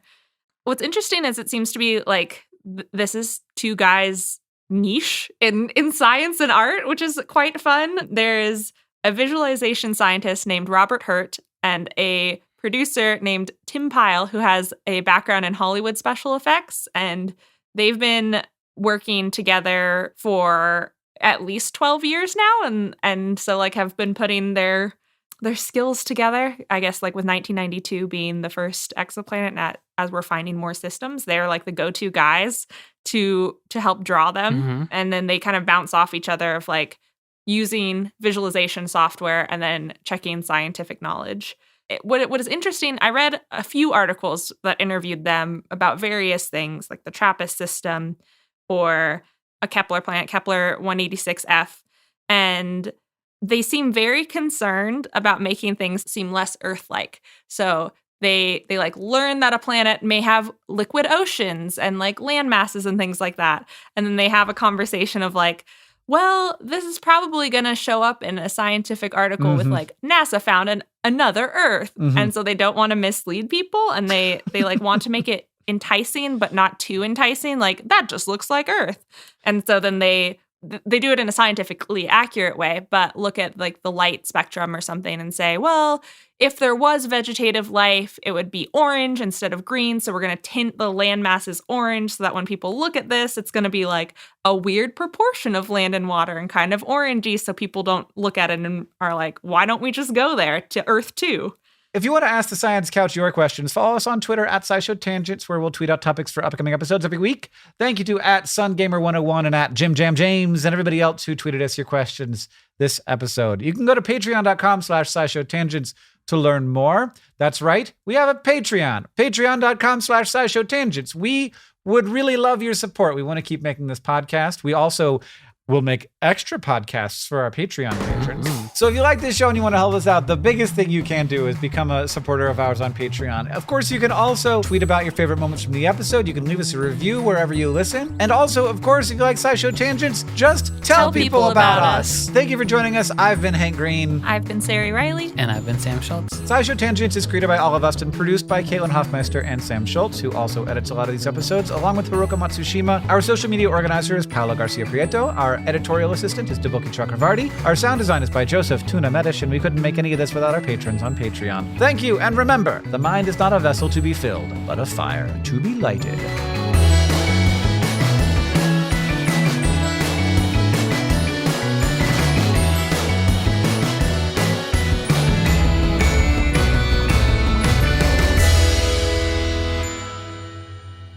But one more thing.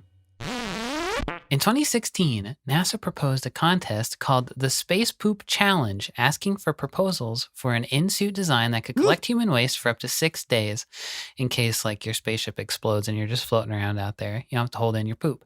The first place winner was Dr. Thatcher Carden, who designed what is basically a poop airlock that you can open and close when you're ready to release your stored up dookie. It's like a little plug on the crotch of your suit, and you pull it off, and then the poop like sucks itself out, I think. How does the poop get in there? You poop it in there. So you just poop whenever you want, kind of like a diaper? You poop and it sucks it up into this airlock is what I'm pretty sure is happening.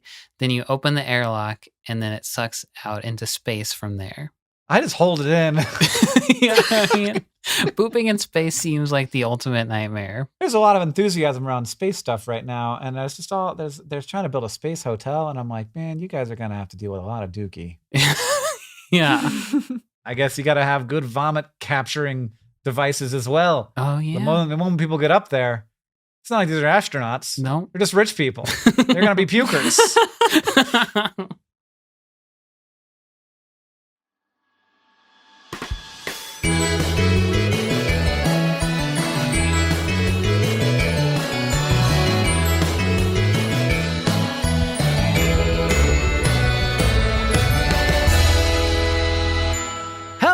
Welcome to SciShow Tangents, the lightly competitive knowledge showcase. I'm your host, Hank Green, and joining me this week, as always, is science expert Sari Riley. Hello. And our resident everyman, Sam Schultz. Hello. You guys, I was just at the grocery store, and by complete chance, I noticed when I went to go get a Coke, there was a Coke that said on it, Coke Starlight. Coca-Cola Starlight, and then on the bottom it said space flavored. And I'm like, I'm about to go record a science podcast. I haven't heard about this. It's space science. It's gonna be a spacey episode in general. I have to get this space flavored Coca-Cola.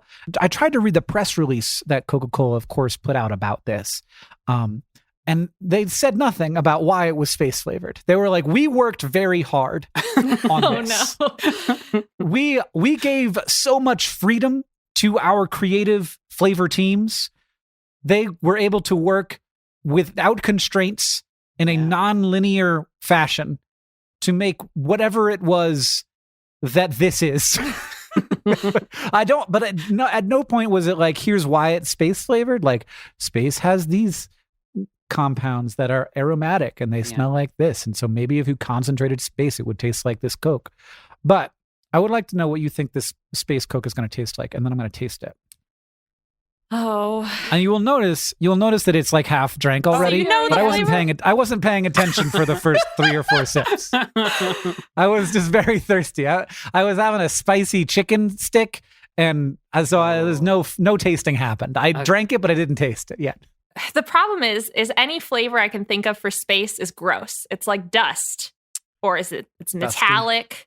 I don't think either of those things are marketable enough that Coke would do this much of a push. They want it to taste good for sure. Yeah. They really. You'll notice it's also like red. I don't know if that helps. Yeah. It's like a dark red instead of brown. I feel like there's also at the grocery store, but a while ago at the grocery store in Missoula, where there's the shelf of discarded the lost toys shelf. Man, there's nothing I love more than that shelf at the food farm with a bunch of things that nobody else wanted. I miss it so much. Just one end cap of complete, just unhinged food ideas. Mm-hmm. Correct. So on that shelf, at one point, there were Polar Seltzer for kids, Unicorn Kisses flavor. And Unicorn Kisses Polar Seltzer, if I remember correctly, tasted kind of like cotton candy. Like they just dumped sugar fruit into it. Yeah. And so I imagine I could see that all those images of space looking like cotton candy. So my guess is that this space Coke tastes like Unicorn Kisses, which tastes like cotton candy. Samuel Schultz. Hank, I got some sore news for you, brother. What? I've had like 5 bottles of this stuff. You're addicted to the flavor of space. I hadn't bought a bottle of Coke for years. Yeah, So we this talked stuff- about this. This stuff's my shit. Oh. I love it. Wow. Yeah. What So I can't weigh in because I know exactly. I'm all too familiar with how it tastes. Wow. You just keep going back for more? Yeah. You're gonna drink it and go, "Oh, I don't like it," but that's not gonna stop me. I deeply doubt it. Like, I've looked at the ingredients, and it's got all the stuff I like the most. High fructose corn syrup. Yep. Uh-huh. That's about basically it. Artificial flavors, maybe a natural flavors thrown in there. Who knows? Yeah, they got natural flavors. They got fruit and vegetable juice for color. That's it. It's not a very long list. No. I will say. It's All good right, for everybody. you. Let's. It's good for you. Oh, the cap wasn't on, so I didn't get the noise. Oh well.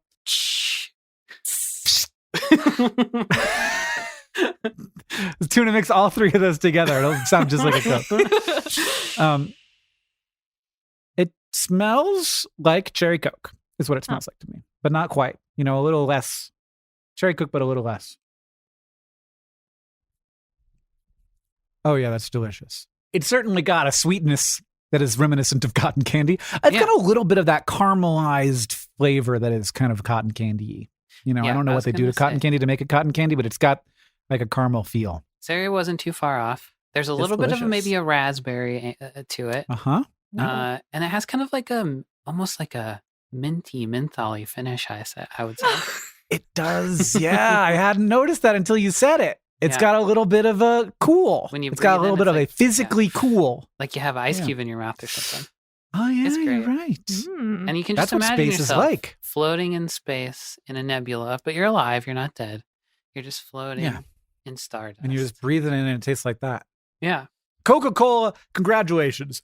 I looked and I saw that you did a brand deal with some pop star. And I got to say, I am available. I'm a space guy. You have a channel called SciShow Space. Mm-hmm. Yeah. You could have worked with an astronaut.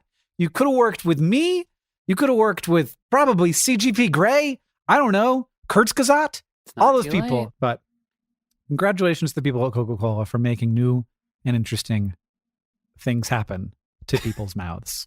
Yeah. Thank you, Coke. It's the longest we've ever talked about anything on this show ever. That was a really cheap brand deal. Holy crap. All right.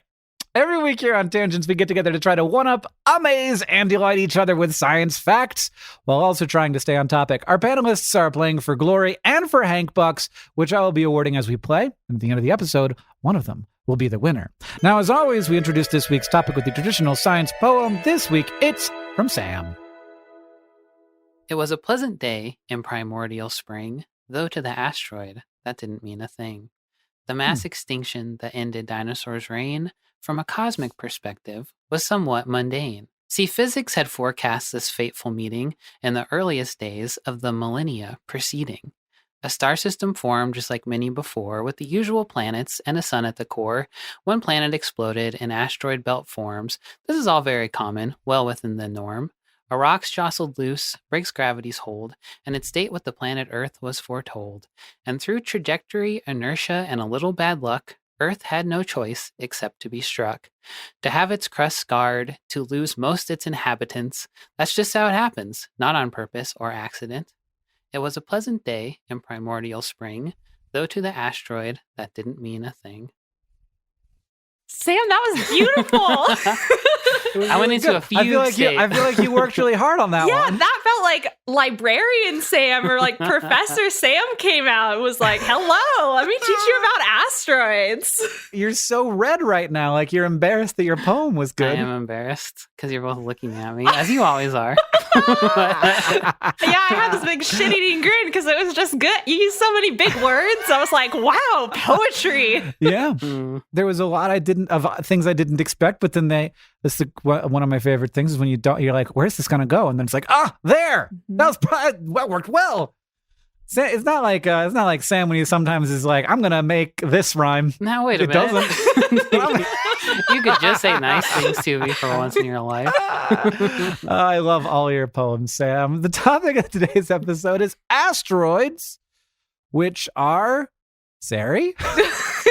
You know, the more I read about them, the more I The realized fuzzier the line got. Yeah, that was fuzzier my the line experience, got. too. Yep. Oh It, no! it seems like we started out knowing what they were. As with many things in science, we were like, a new Yep. thing, a rock in space. That's not Uh-huh. so small and it's not so big. I'm gonna name that after hemorrhoids. I'm going to name it after stars plus. Yeah, star hemorrhoids. Is that real? No, it's not for hemorrhoids. Oid, but it's to know or to see. That is oid. So a hemorrhoid is just like a blood thing. Yeah. Yes. That's not great. I like that.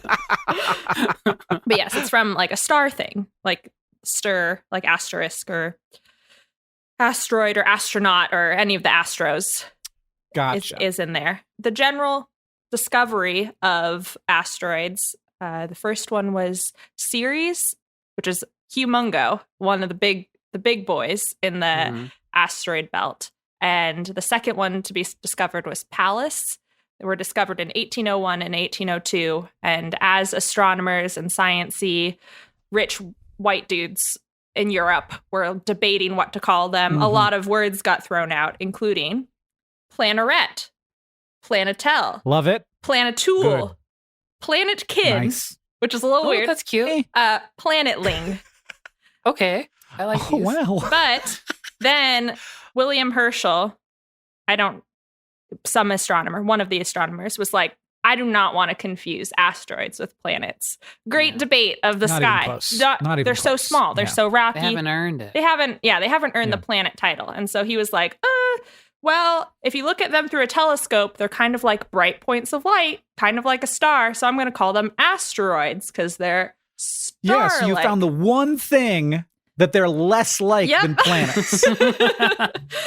And I think, according to this article that I was reading, I didn't have time or the desire to read 2 books about the nomenclature of asteroid, but there was a nice article that summarized the back and forth argument.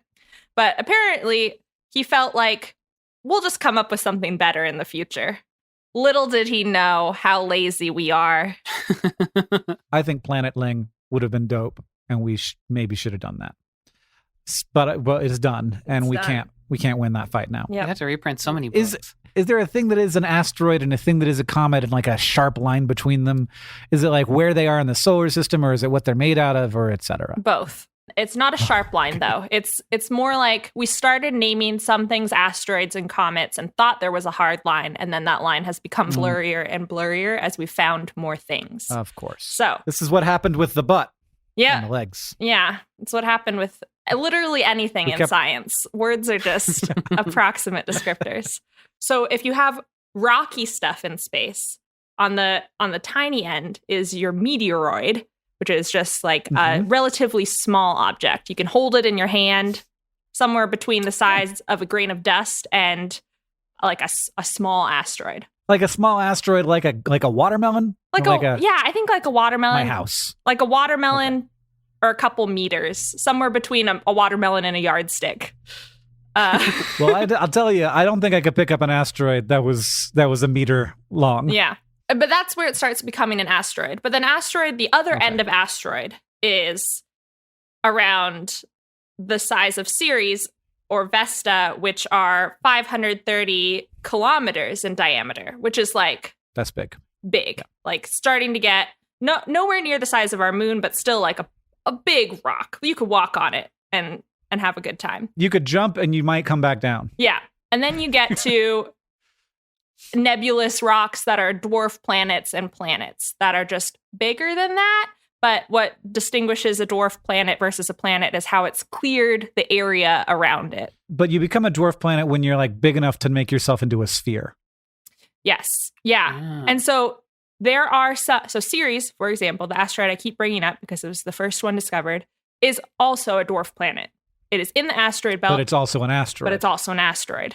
And then just to flesh out the definition, so a comet as opposed to an asteroid is mostly made of like rock or metal, whereas a comet is mostly made of ice and like very tiny dust particles. And that's what gives it its tail effect, is the water vaporizing or the dust trailing out behind it. I guess I'm surprised in some ways, but not super surprised in other ways that it took so long to find one of these. But did we know that there were like rocks zipping around up there before we actually laid eyes on one? Or were we like, what the heck? Because they were landing on us, right? We just hadn't thought about where they were before they were here or something. Yes and no. I think when people discovered, or from my research, when people found meteoric iron on the Earth, so like before we smelted iron, the main metal tools used by human civilizations were meteoric iron that they found and then honed or crafted in some way, which is very That's cool. just so epic. Yeah. It's so very epic. cool. It's like, are you like, what is that? Oh, just a thing that like doesn't exist on the planet. Landed here, just came down from the sky. We're like, I can't believe people thought of all the things they thought. Can you not believe it? What a strange universe. the only way to make a metal knife was To find one from stuff space. falling out of the sky. And so I think there was some acknowledgement that those things fell from the sky and were like weird, but I don't know where the mythology crossed over into the scientific of there are other rocks up there and that these small chunks of metal came off of bigger rocks called asteroids. The observations of the first asteroids in European cultures were when we had already started tracking the movements of planets and stars in the sky, or like the relatively static positions of stars in the sky compared to planets. Then they would image the sky over and over again and find things that were moving in patterns unlike planets and unlike stars. And they were like, oh, this is a third thing. This is a rock in the sky. So I imagine anyone who was doing that kind of astronomical measurement also realized that there were more things in the sky. I just don't know in what ways it was recorded in history and in what ways that has been passed down knowledge-wise in a way that we can capture on this podcast. Like, I don't know. Who would have found asteroids beforehand? And like, there's probably a lot of like oral histories that include rocks from space, but I don't know them. Yeah, and also, what is space? Yeah. Like, it took us a long time to figure out what that space was. Yeah. That it was. Well, I think that makes me feel like I have a general idea of what an asteroid is and is not, and also that, of course, we're just making up words for stuff. And now we also have the etymology of hemorrhoids, which turns out is not grand. And that means that it's time to move on to the quiz portion of our show. This week, we're going to be playing an Asteroids Truth or Veil. People have been looking to the skies for ages, discovering stars and discovering planets, and in the process, asteroids. Surely they have been driven by noble pursuits like understanding the fundamental truths of the universe. But at the end of the day, even scientists are human and are complicated, nuanced creatures, which means their motivations can be tinged by pettier needs like vanity and competition. The following are 3 stories of the very human pursuit of asteroids. Only one of them is true. Which one? Sounds like someone's going to have sex with an asteroid in this. Is that what's happening? No! Okay. No, there's, you'll understand. Fact number 1. In the 19th century, a team of astronomers banded together into a group that they called the Celestial Police because they were on the hunt for what they believed was a missing planet between Mars and Jupiter. But they did not find that planet, but they did discover Vesta, the brightest asteroid in the asteroid belt. I love that. The Celestial Police. Or it could be fact number 2. In the 1970s, an astronomer had been following the trajectory of an asteroid for months when one night they realized that they could no longer see the asteroid because a competing astronomer had sabotaged their telescope. But in the process of repairing the telescope and retracing their measurements, the astronomer discovered a set of asteroids whose orbits would cross with the Earth. Or it could be fact number 3. Asteroids sometimes take on strange shapes, like the dog-bone-shaped Cleopatra. In 2013, a group of astronomers at JPL decided to create an office pool to see who could find a stranger asteroid than that. And the winner was 2014 RC, which won not because it looked strange, but because it is one of the fastest rotating asteroids ever discovered. So, is it the Celestial Police, the Starry Scientific Sabotage, or the Office Pool Discovery? What year was the police one? It was the 19th century. Were they using the word police back then? Where did that word come from? I'm pretty sure that the word was around. I mean, that makes sense because a lot of people throughout history and even nowadays are like, isn't the asteroid belt another planet that just broke apart, like a secret planet? Mm-hmm. And so that's like been a long-standing guess or wonderment about the universe. And so I can totally imagine scientists going for that too and being like, I'm going to find the planet first, and then finding something else instead. Sounds like Hank thought of a fun word and wrote a fact around it to me. Is sabotage actually pretty common? Or was pretty common? There's definitely stories of scientific sabotage. It happened. There was a long period of constant sabotage in paleontology where it was really a sort of ego game for a long time. That's sort of like where it's most famous. Rock people are a little rough and tumble. I feel like that's how they're portrayed in the scientific community. Yes. Yeah. I feel like people try and sabotage each other all the time. And especially with asteroids, when we were first discovering them, people were like, gotta name them. I want to name them cool things. And I know there's a period of time where people named asteroids just for fun. Like one's named Mr. Spock after not Star Trek, but like indirectly because it's someone's cat was named Mr. Spock. And so they named the asteroid after their cat, which is named after Star Trek. And so I can totally see someone being like, okay, I'm on the track. I'm going to name this after my wife or something like that. I'm going to name this cool rock. And then someone else sabotages their telescope. I really like the office pool one. And here's why. Because it feels like they thought of this idea. And they were like, well, let's find weird meteors. And then after a few weeks, they were like, this is kind of boring. But I guess somebody has to win. So we'll just make up some other reason that this person won. Because I'm tired of this. I don't want to be doing this anymore. Yeah, we've looked at so many. Yeah. They're mostly just shaped like but this one's fast, so I guess you win. So I'm going with that one. So what are you gonna go with, Sari? I'm gonna go with the first one. I'm gonna start with the Starry Scientific Sabotage because Sari, that one, it was fake, but you got remarkably close to the reality. By accident.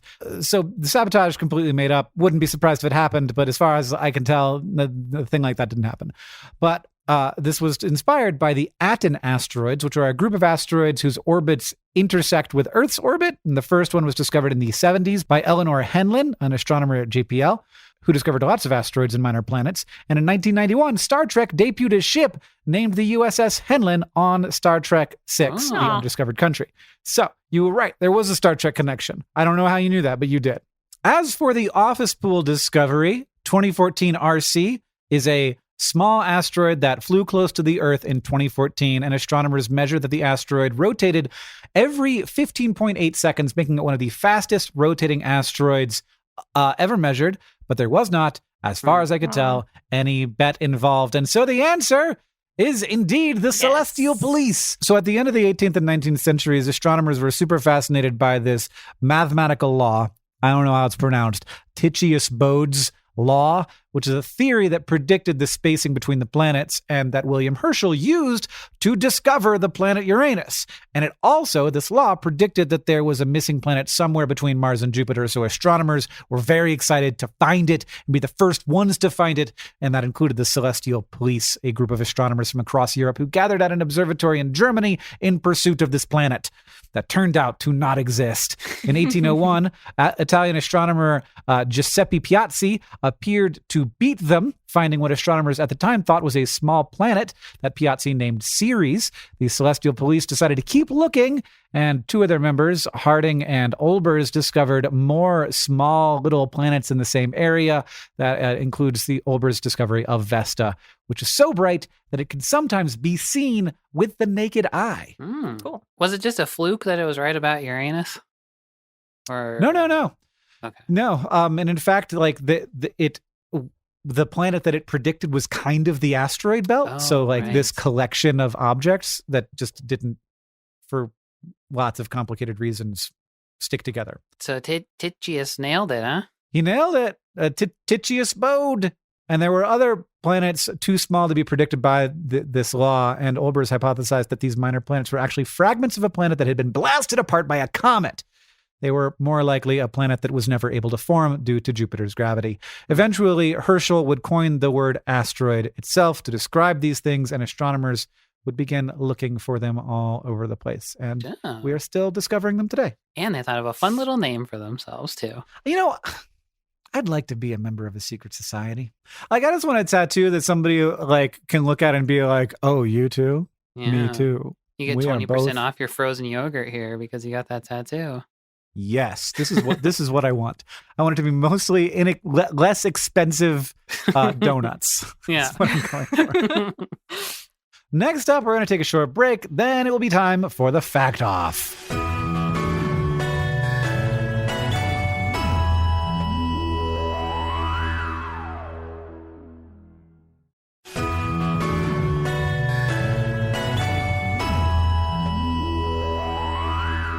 All right, everybody, it's time to get ready for the Fact Off. Our panelists have brought science facts to present to me in an attempt to blow my mind. And after they have presented their facts, I will judge which one is going to be the best TikTok and reward it points. But to decide who goes first, I have a trivia question. On August 16th, 2020, an asteroid now known as 2020 QG flew by the Earth. The asteroid was somewhere between 10 and 20 feet in diameter, and it flew over the Pacific Ocean. But what is most striking about 2020 QG is that it flew so close to Earth that at least as of 2020, it was the closest we've ever seen an asteroid come to Earth without actually hitting it.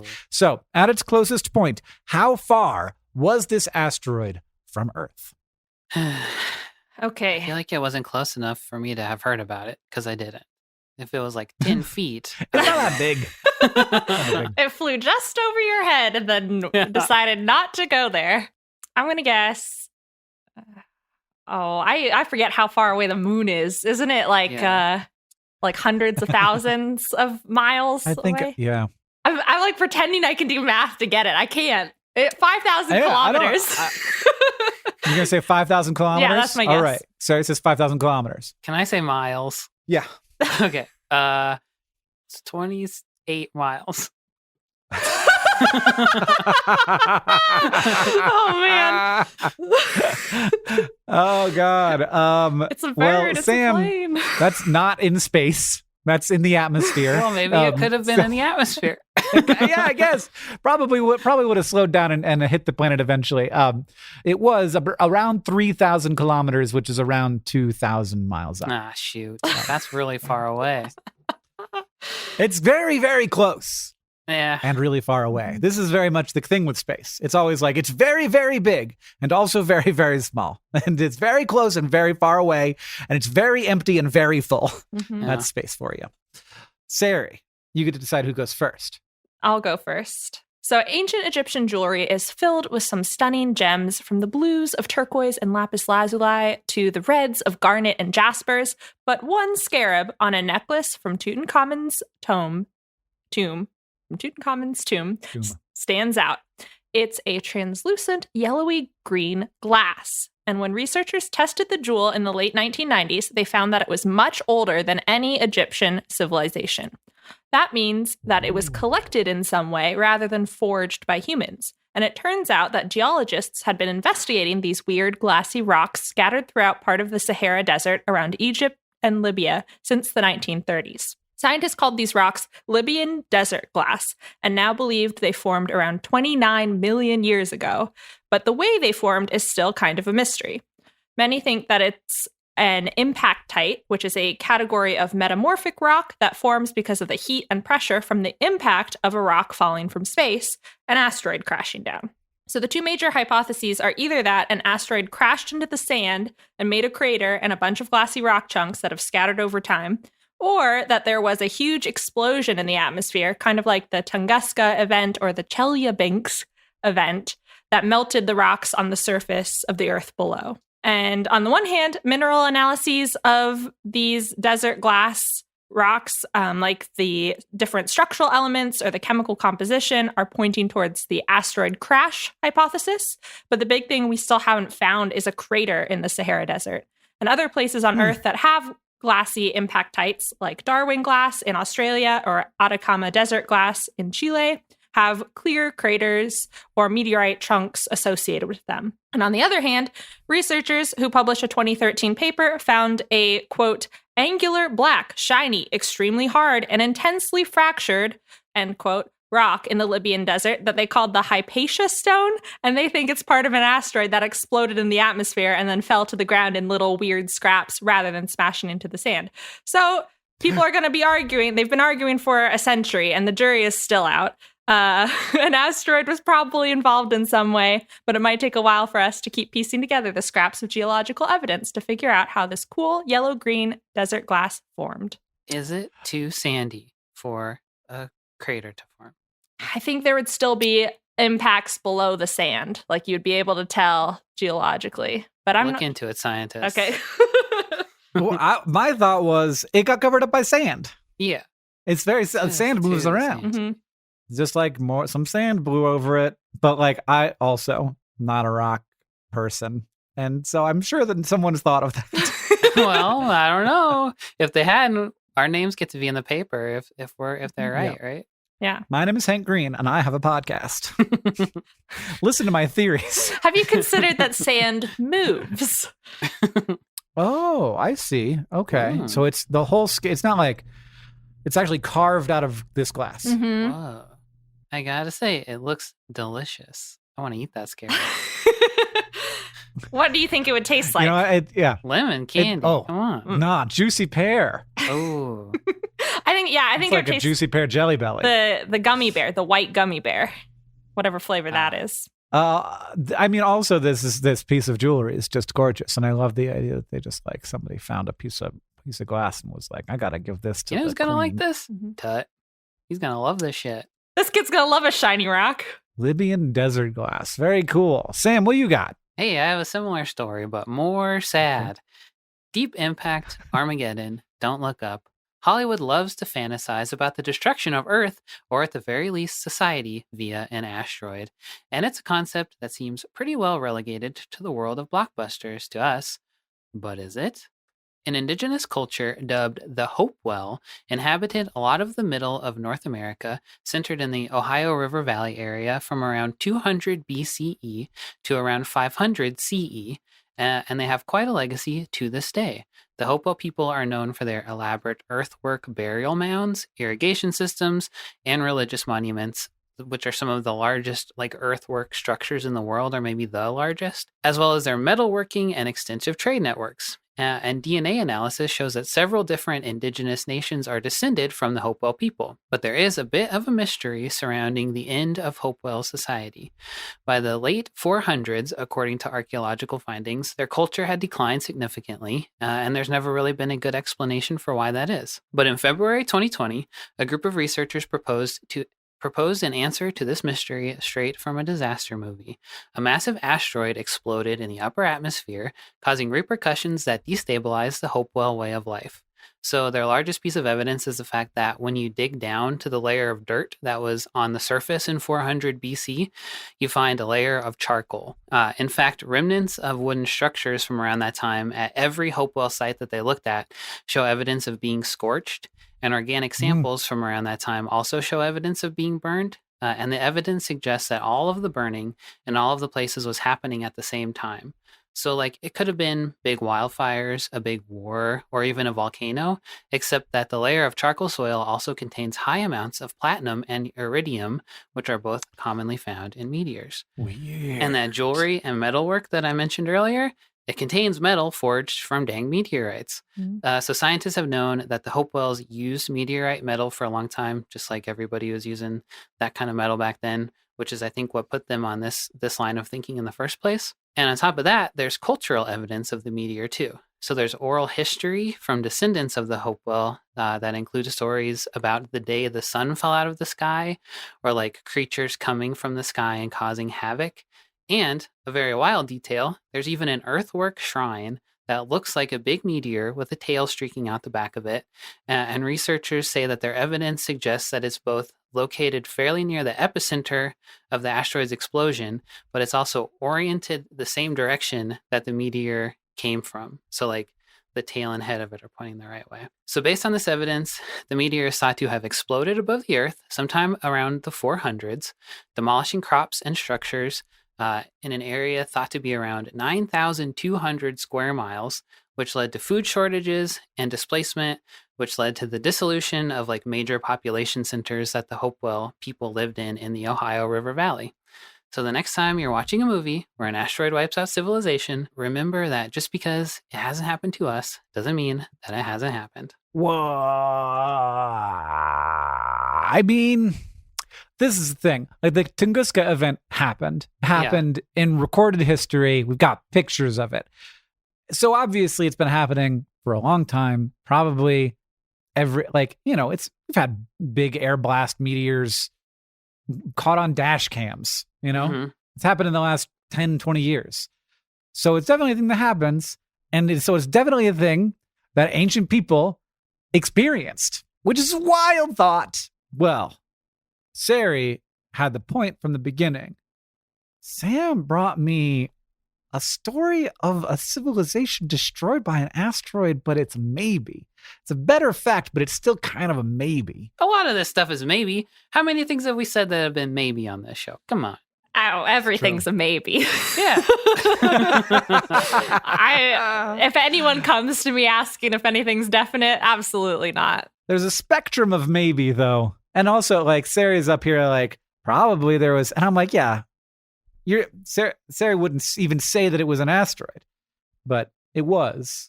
We just haven't found the crater. Yeah. Because of the sand that moves. I think Sam wins. Sam, you're the winner of the episode. I was going to appeal Congratulations. to a higher power if you had made Sari win. Congratulations to Sam. And now it's time for Ask the Science Couch, where we've got some questions for our finely honed virtual couch of scientific minds. At BeForget asks, why hasn't the belt between Jupiter and Mars coalesced into a planet? We talked a little bit about that because of Jupiter or something. Yeah, well, you kind of talked right? about it. You said for a lot of complicated reasons, and I was like waiting for you to expound, but No. That's it. Yeah. Would it have to be real hot and melty also? It's too late. It'll miss the boat. Oh, they get hot and melty when they start running into each other. Yeah. They do. But the thing is there isn't much stuff there. As Hank said, there's a lot of emptiness in space. And as much as sci-fi would like us to believe that the asteroid belt is like, ooh, I'm dodging a rock here, I'm squeezing in between boulders, they're so far apart. They're like kilometers, hundreds of kilometers apart. That's very disappointing. Oh yeah, like we send like probes through the asteroid belt, and we're like, probably won't hit anything. Like we don't like check to see if they'll hit something. Aw, that's too bad. Which is wild. Yeah. In order to like find an asteroid, all these missions to asteroids need to be very carefully calculated to like find them. You're not just going to run into an asteroid. And a lot of them are fairly small. There are a couple big ones. So Ceres, Vesta, Pallas, and Hygeia are like the 4 biggest asteroids in the belt and make up about half the mass of it. And so everything else is smaller. There's a bunch of other ones, tens of thousands to millions of smaller ones. But together, the mass is less than 4% of the moon. So even if they were to coalesce, so much of the asteroid rocky matter has been ejected from the solar system or like pulled into different places and stabilized that there isn't enough stuff to make a planet anymore. Like it would be a loose cluster of things. But the physicsy explanation for it, I don't know why I put that in quotes.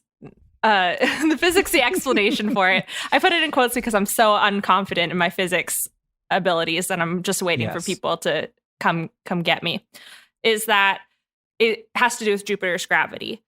Gravitational force is complicated. It's a lot of like pushing and pulling, and any two bodies have gravitational force exerting on each other. So like we are exerting gravity on the Earth in the same way that the Earth is exerting gravitational force on us. Physics. And because of the interaction between Jupiter's gravity and Mars's gravity and the gravity of the asteroids in the asteroid belt, they have basically stabilized the rocks so that they don't collide with each other. So not only are they far apart because there's not very many of them and there's not much mass, but the gravitational forces acting on the asteroid belt means that they are not in a collision course with each other and they're hovering in these pockets of stability or these orbits that are stable relative to the planets around it. You've ruined the asteroid belt for me. Yeah, it's just another boring thing now, we could isn't get it? it. We can make it into a planet. We can do it. We just have to destroy Jupiter. Yeah. That's all. That's the only thing that's standing in the way of us getting a true new rocky planet. We have to go get Jupiter. We have to tell it can't be here anymore. It's got to go for you, Jupiter. outer solar system, leave the solar system. Jupiter, we're coming for you. We're just going to light you on fire. You're made of hydrogen. You'll just explode, right? Great You'll just idea. burn. You might have to destroy That's not how it Mars works. too to get the extra rock from it. You could create We'll Mars move too. Mars out there. Yeah. Get all the asteroids to come stick to it, and then we'll bring it back in. We'll put it like nearby us so it's warmer. Mhm. Super Mars, the new planet. If you want to ask the Science Scout your question, you can follow us on Twitter at SciShow Tangents, where we will tweet out upcoming topics for upcoming episodes, or you can join the SciShow Tangents Patreon and ask us on our Discord. Thank you to @Afentalia Connor on Discord and everybody else who asked us your questions for this episode. If you like this show and you want to help us out, there's some ways to do that. First, you can go to patreon.com/SciShow Tangents to become a patron, and you will support the show. You will make it possible for us to make this show, and all the people who listen to this show and love this show will be like, I'm so grateful to that person for supporting it. That's mostly what you get, but you also get access to things like our newsletter and our bonus episodes and us being really dumb doing various things. Second, you can leave us a review wherever you listen. That helps us know what you like about the show and helps other people know what you like about the show. And finally, if you want to show your love for SciShow Tangents, just tell people about us. Thank you for joining us. I've been Hank Green. I've been Sari Riley. And I've been Sam Schultz. SciShow Tangents is created by all of us and produced by Sam Schultz, who edits a lot of these episodes along with Seth Glixman. Our story editor is Alex Billow. Our social media organizer is Paula Garcia Prieto. Our editorial assistants are Debuki Chakravarti and Emma Dowster. Our sound design is by Joseph Tuna Medish. Our executive producers are Caitlin Hoffmeister and me, Hank Green. And we couldn't make any of this without our patrons on Patreon. Thank you. And remember, the mind is not a vessel to be filled, but a fire to be lighted.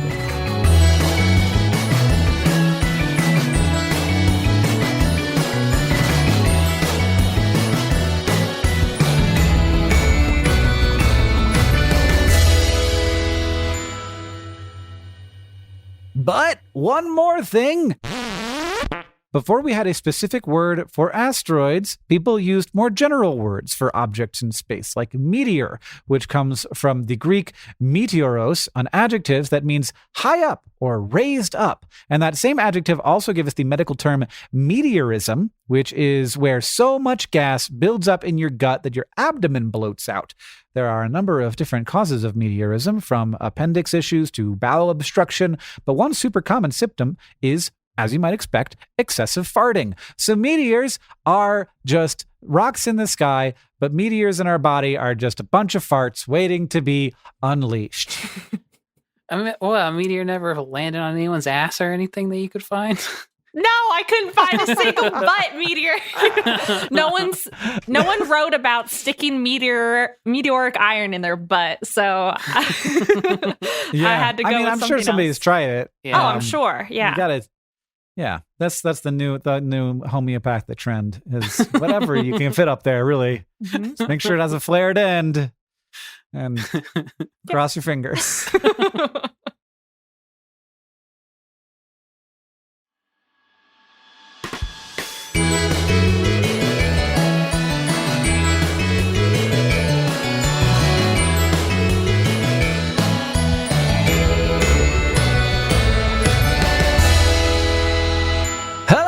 Welcome to SciShow Tangents, the lightly competitive science knowledge showcase. I'm your host, Hank Green, and joining me this week, as always, is science expert Sari Riley. Hello. And our resident everyman, Sam Schultz. Hello. What a time in the history of our universe where you can take a picture of a galaxy 13 billion miles away, and also you can have any guest host of your dreams on SciShow Tangents. Who is it? It's not actually true, but I want to know who would be your absolute thrill of the moment to be on the podcast. Has to be a living person. No Abraham Lincolns. No ghosts on the pod.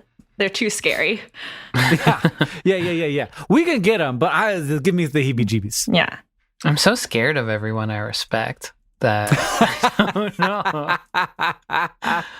It's worse than ghosts. I will say that I have a fantastic idea for if we can ever get John on the podcast. Oh, yeah? Okay. Just a great idea.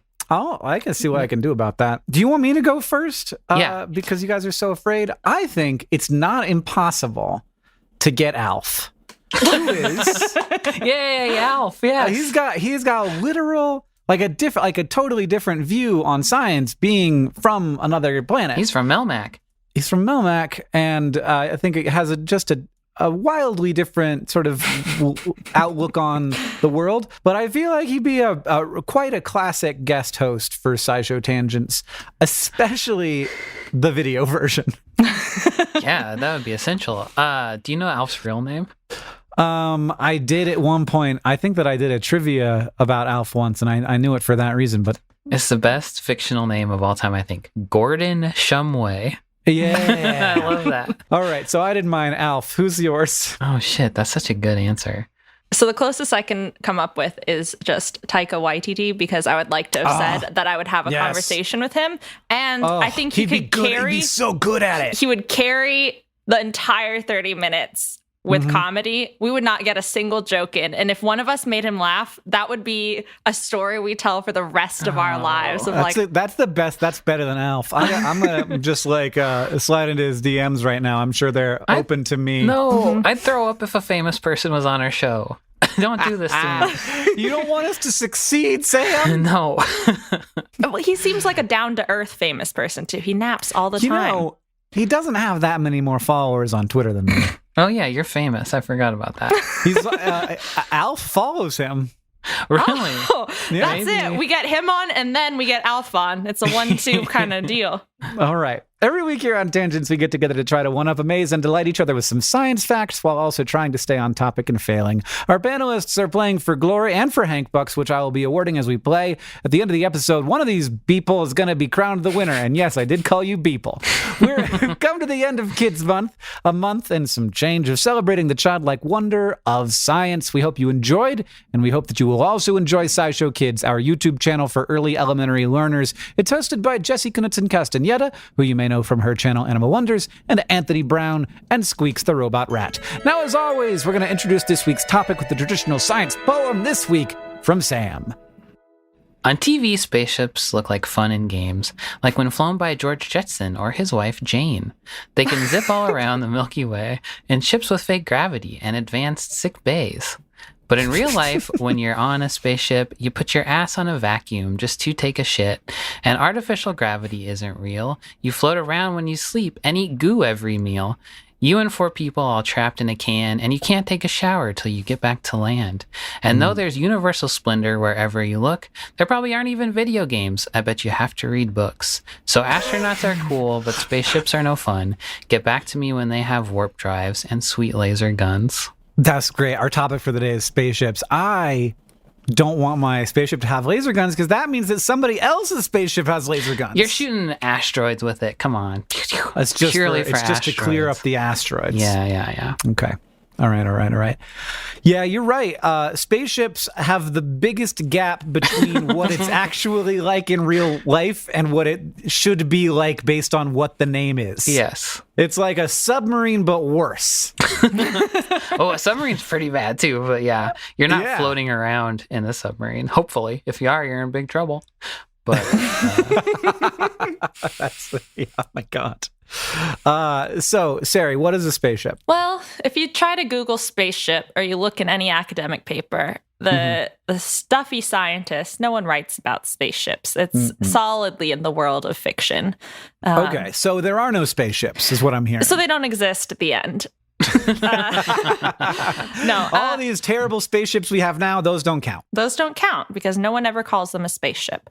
They call them spacecraft instead. Oh. And I started speculating as to why, but it seems like this is the rabbit hole that I fell down instead of the normal etymology, because spaceship is pretty standard. Like it's space as in outer space and ship as in a boat. And then you squish them together and then you got a spaceship. But the earliest known use of the word was from 1879, a passage in the book, I think, Progress and Poverty by Henry George, who was talking about spaceship Earth. So the Earth as a spaceship, which Disney World has really capitalized on, but the idea that we are hurtling through space and have all our necessities, and we are the crew. If this is a spaceship, then this is a great spaceship. Yes. What an amazing spaceship. It doesn't even need a lid. It's open air. it's like a space train, more like, though. It don't get to go anywhere. It just True, kind it's of stuck on the stays in the rails. same place. It's true. Yeah. Yeah. So we got a space train there. Space Train Earth. We got to change the name. And then a writer named J.J. Astor wrote a novel called A Journey in Other Worlds, published in 1894. And that's when the word spaceship is generally credited to, in the sense of a spacecraft that is piloted in outer space, as opposed to like something that was fired out of a cannon or autonomous in some way, because science fiction writers have dreamed up all kinds of scenarios. So that's where the word came from. And as far as I can tell, this is where it gets into Sari speculation. There's a lot of nautical stuff going on. There's been a lot of nautical stuff for a while in like a big ship, a big tankard. You travel across the ocean. And so it made sense to science fiction writers and in communicating these speculative fictions to draw comparisons between space and the sea, because they're both vast, they're both scary. You go off into the unknown, and you can kind of visualize it with similar mechanisms. Like you have little ports, and then you go to and from various destinations, and in between there's this vastness that you have to navigate. And planes really weren't a thing until the 1900s. So when we started dreaming of space travel, we didn't have space plane. Couldn't come up with that word. We had the word ship around, so it was Okay. easy. Just So you're telling me that we were thinking about spaceships before we had planes? I think so. I don't know That's about nuts. flying machines. It was before the Wright brothers. We had Wow. earlier planes, but we had the idea of a spaceship before Sure. we had Just regular like bullets air. getting shot into the moon's eye and stuff. What I'm getting, though, is the vague sense that we've never made a spaceship. Just because our spaceships aren't quite cool enough. No, I don't think we've ever made a spaceship. And the thing that is closest to it is a crewed spacecraft. So any spacecraft, which is like a thing that we send like into the space shuttle. The shuttle got pretty Yeah, close. the shuttle. Yeah. And It or looks like a right. space station. There are people inside Yeah, and it's floating around. It's not really being piloted, but it's moving in space and it has a lot of accoutrement. One of the things that our spacecraft don't have is the ability to like go somewhere at will. Yeah. You know? Yeah. Like, that's where the space shuttle kind of seems like a spaceship, because it could go to the space station, or it could go to Hubble, or it could go various places in a relatively low Earth orbit. So this almost seems like a spaceship to me. Mm-hmm. And it can go back down and land on land, which is cool. The space Yeah. shuttle didn't just orbit. It could jet around. No, it just went up to the orbit that it wanted to go to, but it could go to a variety of different orbits. Okay. Well, it's easier to define what our topic is when it doesn't quite exist yet. So I feel like the topic is well covered, and now we're gonna play a game. You guys, are you ready for a game? Yes. Yeah. We're gonna play that game called Scientific Definition. Do you remember that game? So yeah. you say words and we tell you what they mean as We best just we guess. can. So it's taken a lot of ingenious engineering and smart people to figure out how to create giant vehicles that can launch into space and do stuff. And it's also taken a lot of parts. So today, we're going to play Scientific Definition Spaceships Edition. I'm going to give you the name of a spaceship part, and it is up to you to guess what that part does. Whoever comes up with the closest to the actual definition wins a point. Are you ready to play? Yes. You're gonna have to stretch your brain muscles to tell me what is a yo-yo weight. Oh, man. I've played a lot of Space Team, but that has prepared me none to do, I do love this. Space Team. So these are things that are real? This is a real thing. A yo-yo weight is a real thing. I think yo-yo weight probably has something to do with getting the satellite out of the back of the space shuttle. You know, when the thing opens up and the thing goes out of it. Yep. Somewhere in there is where it's happening with the There's a yo-yo yo-yo, weight. yeah. Some yo, as I say, it's some kind of counterbalance for lifting a thing out of a thing. Exactly. Sounds good. Yeah, I don't know if you need a counterbalance in space, I guess. Sure you do. You do? Okay. There's mass up there. Okay. I'm going to do the opposite of that, but maybe not opposite enough for you to clearly decide a winner. A yo-yo weight is something that it's like a grappling hook in space, where if you want to go somewhere, you kind of throw your yo-yo and then drag yourself along behind Oh, that's it. cool. So you throw out your yo-yo and then you drag yourself along the yo-yo? Is it like Yeah. a bladed yo-yo? A you gotta- magnetic yo-yo? I think you can hook the yo-yo onto things, or I don't know how physics works enough to really yeah. visualize it, but you're Interesting. using the yo-yo's weight to heft yourself around. And when you say yourself, who is on the shoot. other end of the You yo-yo? must be close. Because you guys are both a little close, so I'm getting granular. I think it's someone who's doing extra vehicular, an EVA. So a human being. A human being, yes, not Okay. not an object. All right. Well, then it's going to Sam. Ah, Because no human being is involved in yo-yo weights, so it's a part of a mechanism. It's called a yo-yo D-spin that helps stop the spin of satellites and spacecraft after they launch. So when they launch, they might be launched with something called spin stabilization, which keeps them spinning around their axis. It reduces the effects of wind or drag or other variables that might apply torque to the spacecraft and get it off course.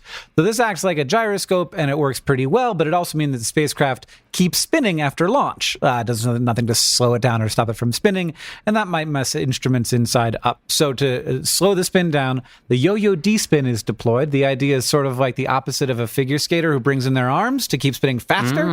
Instead, the yo-yo D-spin extends weights out on cords and then releases them, increasing the moment of inertia and slowing the spin until it's really easy for it to slow it the rest of the way. And yes, that means that there are yo-yo weights just floating up there in space. Oh, they So let go of them. They let go. Yeah, so like it goes out until it like slows down, and then it's like pop, and then it stays slow. We have no respect for our orbit at all. Just full of junk up there. It all falls back eventually. There's a lot of space up there. I guess so. we But have it is very a worry. little respect for our Earth too. Have you That's seen someone true. finish a sandwich and just go to the piece of paper? So All right.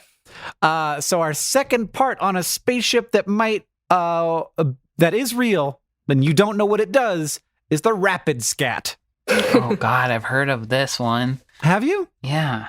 RapidScat. I bet it's something to do with like a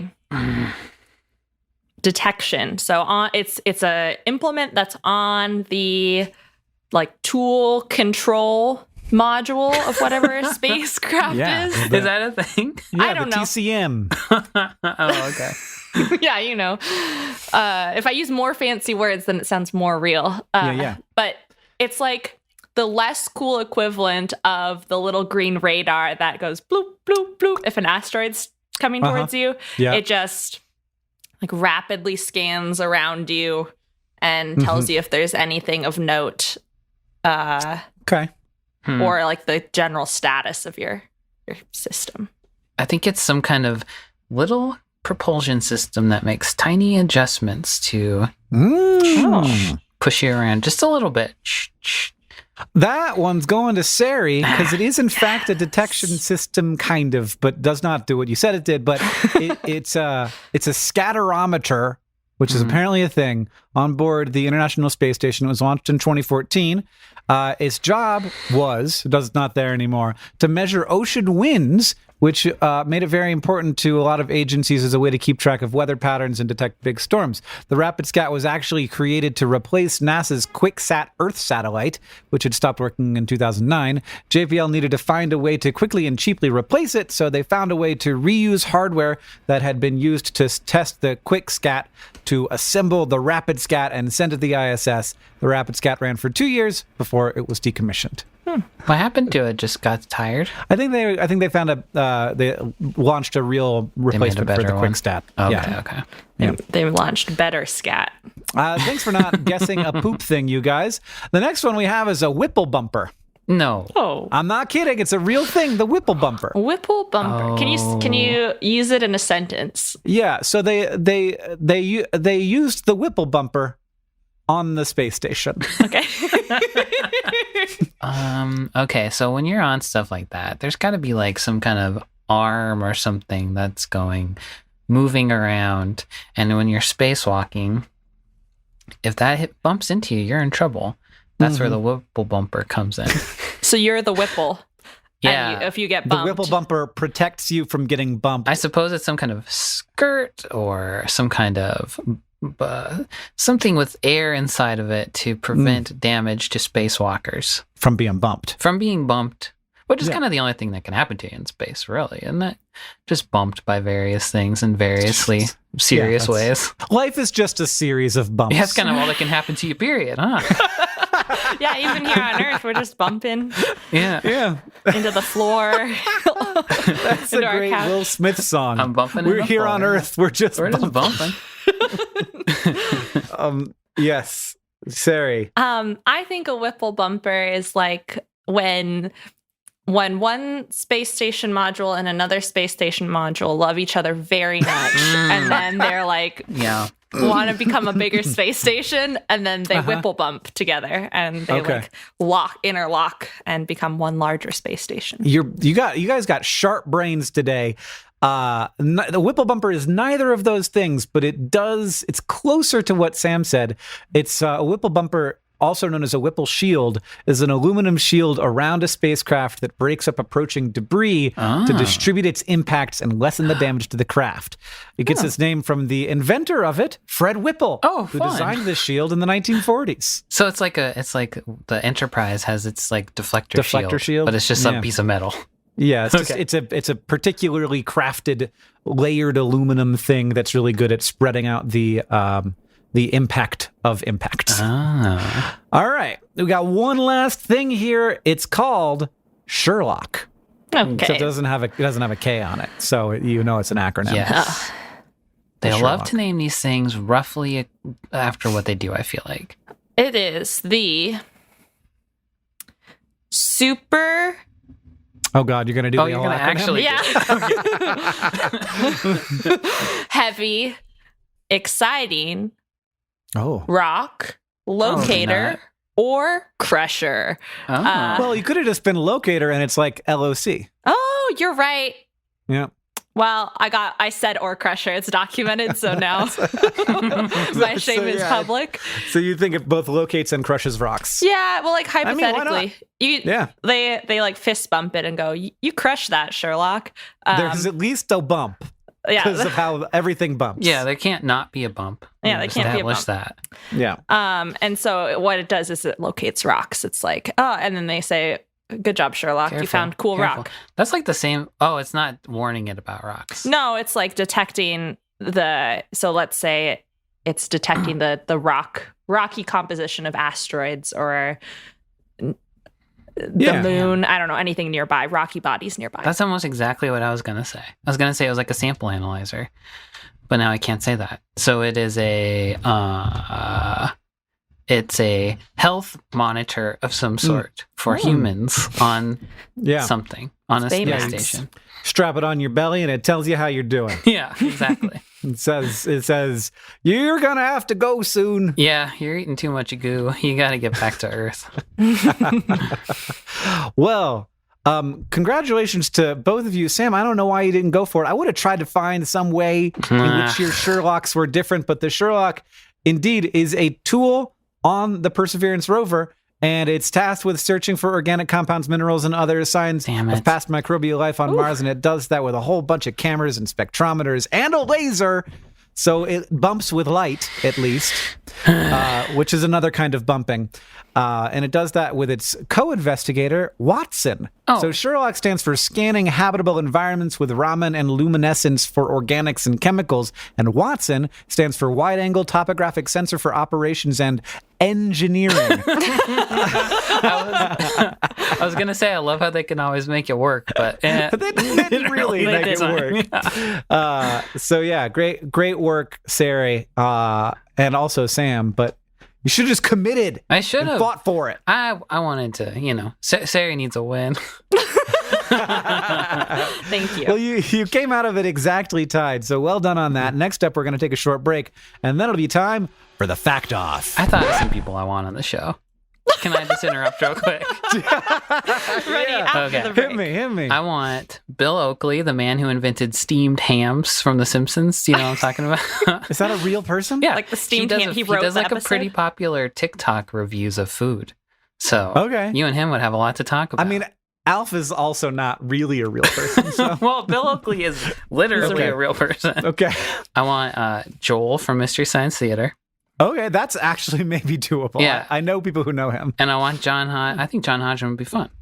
Oh, I know people who know John Hodgman. I know John Hodgman. I know someone who knows John Hodgman. It's you. Okay, now we can go to break.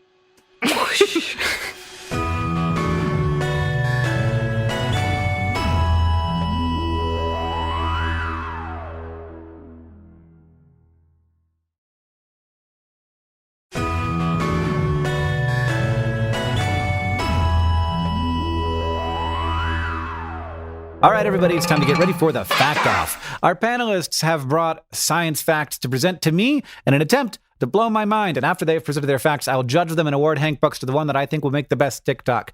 And to decide who goes first, I have a trivia question. One of the most important tasks of building the James Webb Space Telescope was figuring out how to actually get it into space. In the early 2000s, decades before the actual launch of the telescope, NASA settled on a launch vehicle, the Ariane 5, which belongs to the European Space Agency. They picked the Ariane 5 because they considered it to be one of the world's most reliable launch vehicles, and the only launch vehicle that met the Institute's requirements for transporting the telescope. Between 2003 and 2017, the Ariane 5 had a very impressive string of missions that launched consecutively without failure. How many missions did it launch in that time? Oh, I have no concept of how many missions humanity does in any time. This is a good question. I'm going to say less than one per year. That feels too expensive and fast. But it's all of Europe, Sari. I'm going to guess 10. A nice even 10. I'm going to guess 25. 82. Oh, whoa. That's so we go many. up there space a lot, huh? Yeah. So a lot of successes, but the mission that broke the streak of success was in 2018, and they figured out that it happened because the rocket was given the wrong coordinates. Oh, no. So it was not really the rocket's That's not his fault. That sent it 20 degrees off course and caused the rocket to lose contact with ground control, and that was bad. Human error. But doesn't count. It worked so well that the Jet ABS-2 launch, that it saved the telescope a bunch of fuel, extending its operational time from 10 years to 20 years. So that's not bad. No. Yeah. As long as it's fairly safe from those micrometeoroids, which are now my biggest fear. Oh, yeah, what happened? It got hit by one. It got hit by they knew it was going to get hit by little technically micrometeoroid, because micrometeorites only happen when they hit the planet, I guess. Yeah. When they hit our atmosphere. Anyway, there's dust in space and it's moving real fast. And they expected this to happen, but it got hit by a piece that was bigger than they expected, which is concerning because if it's going to get hit by pieces that big, like basically if it took 6 months before that thing hit it, if this happens every 6 months, it could, over the course of the mission, significantly degrade the ability of the telescope to get, the same quality of science that we're getting right now, though it would still be better than anything that we have by a wide margin. Shoot. So. Needs a Whipple bumper, huh? Well, you can't really put a Whipple bumper on your giant beryllium gold-plated mirror. Okay. Because it needs to see. I guess so. But yeah, exactly. If only we could have built a Star Trek-style Whipple bumper made out of light or whatever it's made out of. I have no idea. Yeah, deflection feelings. Yeah. Yeah. All right. So, well, that means that Sam gets to decide who goes first. I'm gonna go first. I had an off week, so I'm just gonna get out of it. I'm sorry. When humans launch things into space, we basically make a big old mess. From satellites to manned spacecrafts, launches leave different rocket stages in orbit, and even the craft and satellites themselves can become space junk eventually. And in Earth's orbit, this is getting to be an issue. According to NASA, there are about 23,000 bits of man-made space junk orbiting Earth, and each of those things is a potential hazard to other things that are launching into space and to people, because something might squish them someday or something like that. There is, of course, another heavenly body that we sent people and other stuff to, the moon, and junk accumulates in its orbit too. Right now there's estimated to be a couple dozen bits of debris orbiting it, but the moon, he's just a little guy. And with several governmental and private entities interested in getting back to the moon in the near future, an estimated 50 missions in the next decade, the concern is that there's going to be just a big dangerous mess up there in pretty short order. And on top of that, the moon is so bright that it's long been considered impossible to track things that orbit it, because you just look at it, it's a big orb of light.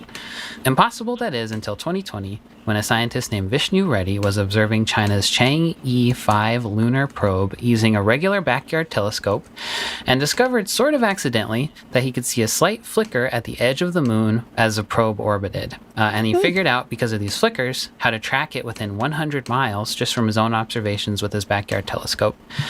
Then he gathered more data and brought it to his colleague Roberto Ferfaro to develop an algorithm that could accurately forecast the orbit of the satellite. And this got the attention of the Air Force, who gave the team a $7.5 million grant to develop what will be, in essence, an air traffic control AI that can track all of the crap that's orbiting the moon and help map out safe routes so manned ships aren't getting hit by stuff. So right now the team is cataloging all the junk up there before they start writing the AI. And that leads me to my real fact, because this was all just a preamble. The facility these researchers are working out of is none other than Biosphere 2. The program is run by the University of Arizona, which I guess owns Biosphere 2. And Biosphere 2 apparently has an observatory, or a array of sensors called the Space Domain Awareness Observatory, which I looked up, and all I could find about it was this article, basically. So wacky old Biosphere 2 could become the space air traffic control tower of the future, and I think they should invite us there to look at it and do an episode of Tangents. So doctors Ferfaro and Reddy, if you're listening, please, I want a podcast from Biosphere 2. Gotta get in and play with our microphones. Yeah. That sounds a little humid, but very fun. I think it would be great. We could sit in. Sit in the desert room. We could sit in there and do it. We could sit anywhere as long as I get to act out scenes from Biodome. Yeah, I'll watch it and we can do it together. Oh my god! Oh, and then we could do a commentary for our movie. Patreon patrons. We could do a commentary for Biodome and Biosphere 2. That's the best idea I've ever heard. It seems achievable. The biggest problem is getting Sari on a plane. I can go to Arizona, please, for this, right. for something this important. I'm there immediately. It's good to know. We'll replace her with John Hodgman for that episode. No! Me and John Hodgman in Biosphere 2 doing a commentary of Biodome. That's very weird. I would think that people would just know where their satellites are. They had to look. I don't think anybody cared to keep tabs on them. So Okay. it's just it's like stuff left over from all of the missions Right. that have landed and stuff like that. Ah. I like that thing hit the moon recently, and everybody was like, "What the heck?" What the was that? Because nobody's Yeah. nobody's like true. keeping track of any of it. Yeah. It is weird that we had like a big rocket booster fall on the moon, and everyone was like, "Oh yeah, I guess that." I don't know. It was some a thing that was up there. Okay, Sari, what do you got? Like Sam mentioned in his poem, an important part of all kinds of sci-fi spaceships is artificial gravity. So instead of floating around like astronauts in the ISS, our imagined fictional space travelers are walking around with their feet on the floor of the ship, also making film sets a lot more convenient for everybody. But real-life engineers are also interested in artificial gravity to possibly combat some health effects from sticking human bodies in microgravity environments over long periods of time, like say, a journey to Mars. So there have been a handful of hypotheses over time, and one absolutely wild experiment on September 14th, 1966. It involved the Gemini 11 spacecraft, which had a crew of 2, and the uncrewed Agena target vehicle, which was a modified rocket stage that had been used in a variety of experiments like practicing docking. And the goal was to unravel a 100-foot tether between the Gemini 11 and the Agena, keeping it nice and taut. Then they wanted to fire thrusters to spin the whole system, generating a center of gravity in the middle of the tether and a force that pushes outward, like those gravitron fair rides. And theoretically, There's people in one of them? there's people in one of them. They were firing the thrusters. And theoretically, if the capsule spun fast enough, the astronauts would be able to walk along the edge as if it was the ground and experience some artificial gravity, like in 2001: A Space Odyssey. What could go wrong? Turns out that whipping 2 objects that weigh thousands of pounds each around in a circle while they're connected by rope is pretty chaotic. There were a couple hiccups during setup, like the tether getting stuck at 50 feet and then at 90 feet, and then the tether not pulling taut as nicely as they had hoped. Yeah. And so then they were instructed to fire the thrusters a little to pick up the slack, but then the tether started whipping around like a jump rope between the Agena and the Gemini 11 capsule, which was definitely really fun, not scary at all. Even with that terrifying sight, they kept firing the thrusters and straightened out the tether until they got a comfortable 38 degree per minute rotation going through the night. And because scientists can be both smart and dumb, the folks on the ground then asked the Gemini crew to spin faster. They were like, "You got it stable. Now hit the gas Let's again." go. Let's go. And that tightened the tether and started slingshotting the astronauts around, at which point one of them yelled, "Oh, look at the slack. It's gonna jerk this thing to heck." Oh, no. I'm glad he didn't swear. Yeah. And somehow, those weren't his last words. And the astronauts stabilized the whole system to a speedy 55 degree per minute rotation, which doesn't seem worth the trouble, which generated a whopping 0.00015 G of artificial gravity. So very small. So like you basically, if you put something on the ground, it might not come back up. Yep. And that's exactly basically what they did, which was they couldn't feel it, but they placed a camera against the instrument panel of Gemini 11 and let go. And then it moved parallel to the direction of the tether and hit the back wall. And they were like, "Well, that's our artificial gravity, I guess." That's the last time we're going to try that. Yeah. And then they released the tether and got a safe distance from the Agena capsule. Hooray? Question mark. And there are a lot of hypothetical problems with spinning spaceships and practical ones, if you count the chaos of this mission. And I don't think we've tried anything since. But I'm sure it is just one of plenty of other wild ideas brewing when it comes to artificial gravity that we'll experience someday, maybe. The idea that you do that with a craft that had people in it. Yeah. Like you could do that without people in it. Yeah, it's not like you have to have people who are like, "Oh, I'm feeling gravity Maybe in now." 1969 it was a lot easier to do with people in it because you had to have somebody to push buttons, literally, because a computer could only add. I don't know. Like because it was significantly less advanced than your phone is, of course. Yeah. But like, so now I feel like we should try that out. Like, we have a lot more control over things now than we did then. But still, I wouldn't want to be on one end of that tether, because if anything goes wrong, what did he say? It's going to jerk this thing to heck. Yeah. You don't want that I feel like it's going to jerk that thing to heck. And when that happens, you just shoot off. Once it gets jerked to heck, if you're lucky enough to keep your vacuum seal, you just get flung off in whatever direction you happen to be going in when it broke. Couldn't they have done Which, it I don't tiny know with like an ant or something also? Couldn't they have put like an ant in a ping pong ball and been like, all right, dink, spin it around? Yeah. Inside the thing, just like fast, like a hamster wheel. Yeah. Mm-hmm. Yeah. It's amazing that it all went as the early space missions went as well as they did. All right. So now I have to choose between these two things. I got two excellent facts. I've got air traffic control for the moon from Biosphere 2, which could be a great place to record an episode of Tangents, or Sari, a really ridiculously dangerous but ultimately I guess successful artificial gravity experiment during Gemini. Gosh. I'm going to go with Sari. Well, it's just a slightly better story because the people were almost killed. Well, okay. I feel like you have a bias, but that's okay. What do I have a bias towards? What's my bias? Towards Sari. Towards Sari bias, yeah.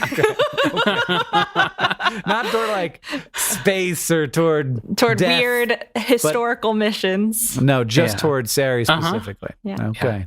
I'm okay being your fan favorite. I can be pod favorite. Hank's favorite? Yeah, I can be Hank's favorite. I'll be Hank's favorite podcaster. And that means it's time to ask the Science Couch. We've got one from Mohammed ML Eng, who asks, how does a gyroscope help compensate for the rotation of tape reels, tools, etc.? It's just a spinning top, right? It's just a spinning top, right? All I know is if you're holding a fidget spinner and you move it, you can feel the force of the spin, whatever this force is.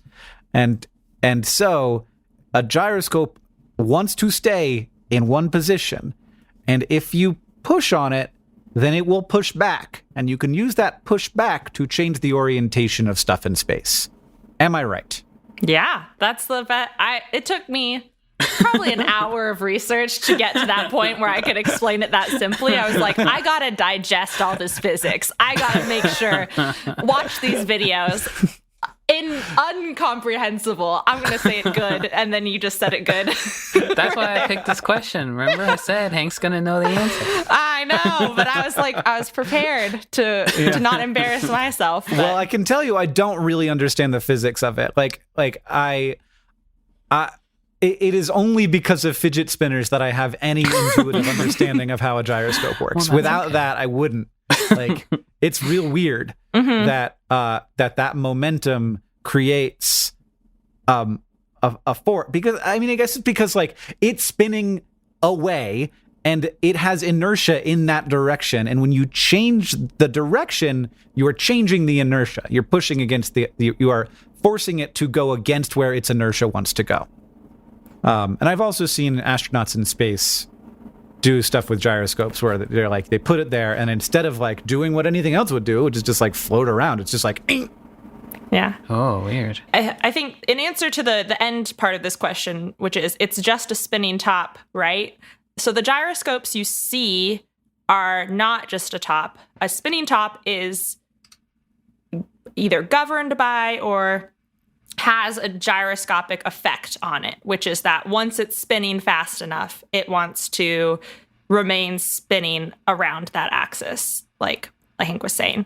But a gyroscope, like the ones that you see in the space videos or the ones that are little desk toys, are a spinning wheel that are mounted onto those rings around it called gimbals, so that as forces are exerted upon it to like switch how the gyroscope would be spinning, it remains around the same axis, and instead the gimbals spin around it. Like, it exerts a counterforce onto the gimbals, and then those move around it. And so that is how the gyroscope, like the flat surface of the gyroscope, remains spinning on the same plane.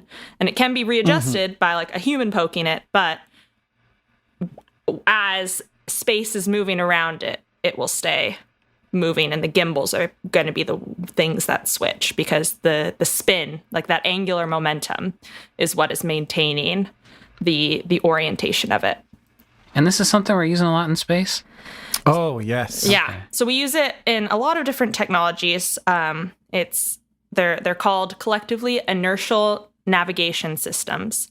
And they use a combination of gyroscopes and accelerometers to get information about which way a thing is pointing and how fast it's moving in that direction to make little corrections.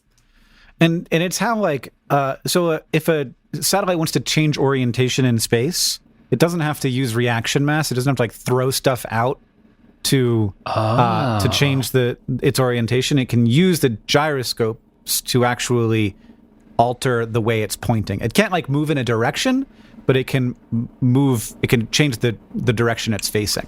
Whoa, I never even thought about how they would do that. Thanks to everybody for your hard work. We are podcast hosts. And I'd just like to see him try to do our job, though. Come on. that's right. Well, if you want to ask the Science Couch your questions, you can follow us on Twitter at SciShow Tangents. We tweet out topics for upcoming episodes every week and then look for questions. Or you can join the SciShow Tangents Patreon and ask us on our Discord. Thank you to at Mucolepticon, Napoleon on Discord, and everybody else who asked us your questions for this episode. If you like this show and you want to help us out, super easy to do that. First, you can go to patreon.com/SciShowTangents to become a patron and get access to things like our newsletter and our bonus episodes. And second, you can leave us a review wherever you listen.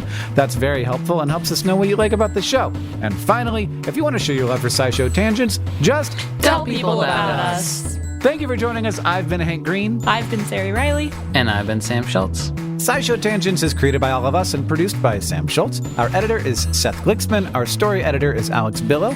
Our social media organizer is Julia Buzz Bezio. Our editorial assistant is Deboki Chakravarti. Our sound design is by Joseph Tunamedish. Our executive producers are Caitlin Hoffmeister and me, Hank Green. And of course, we couldn't make any of this without our patrons on Patreon. Thank you. And remember, the mind is not a vessel to be filled, but a fire to be lighted.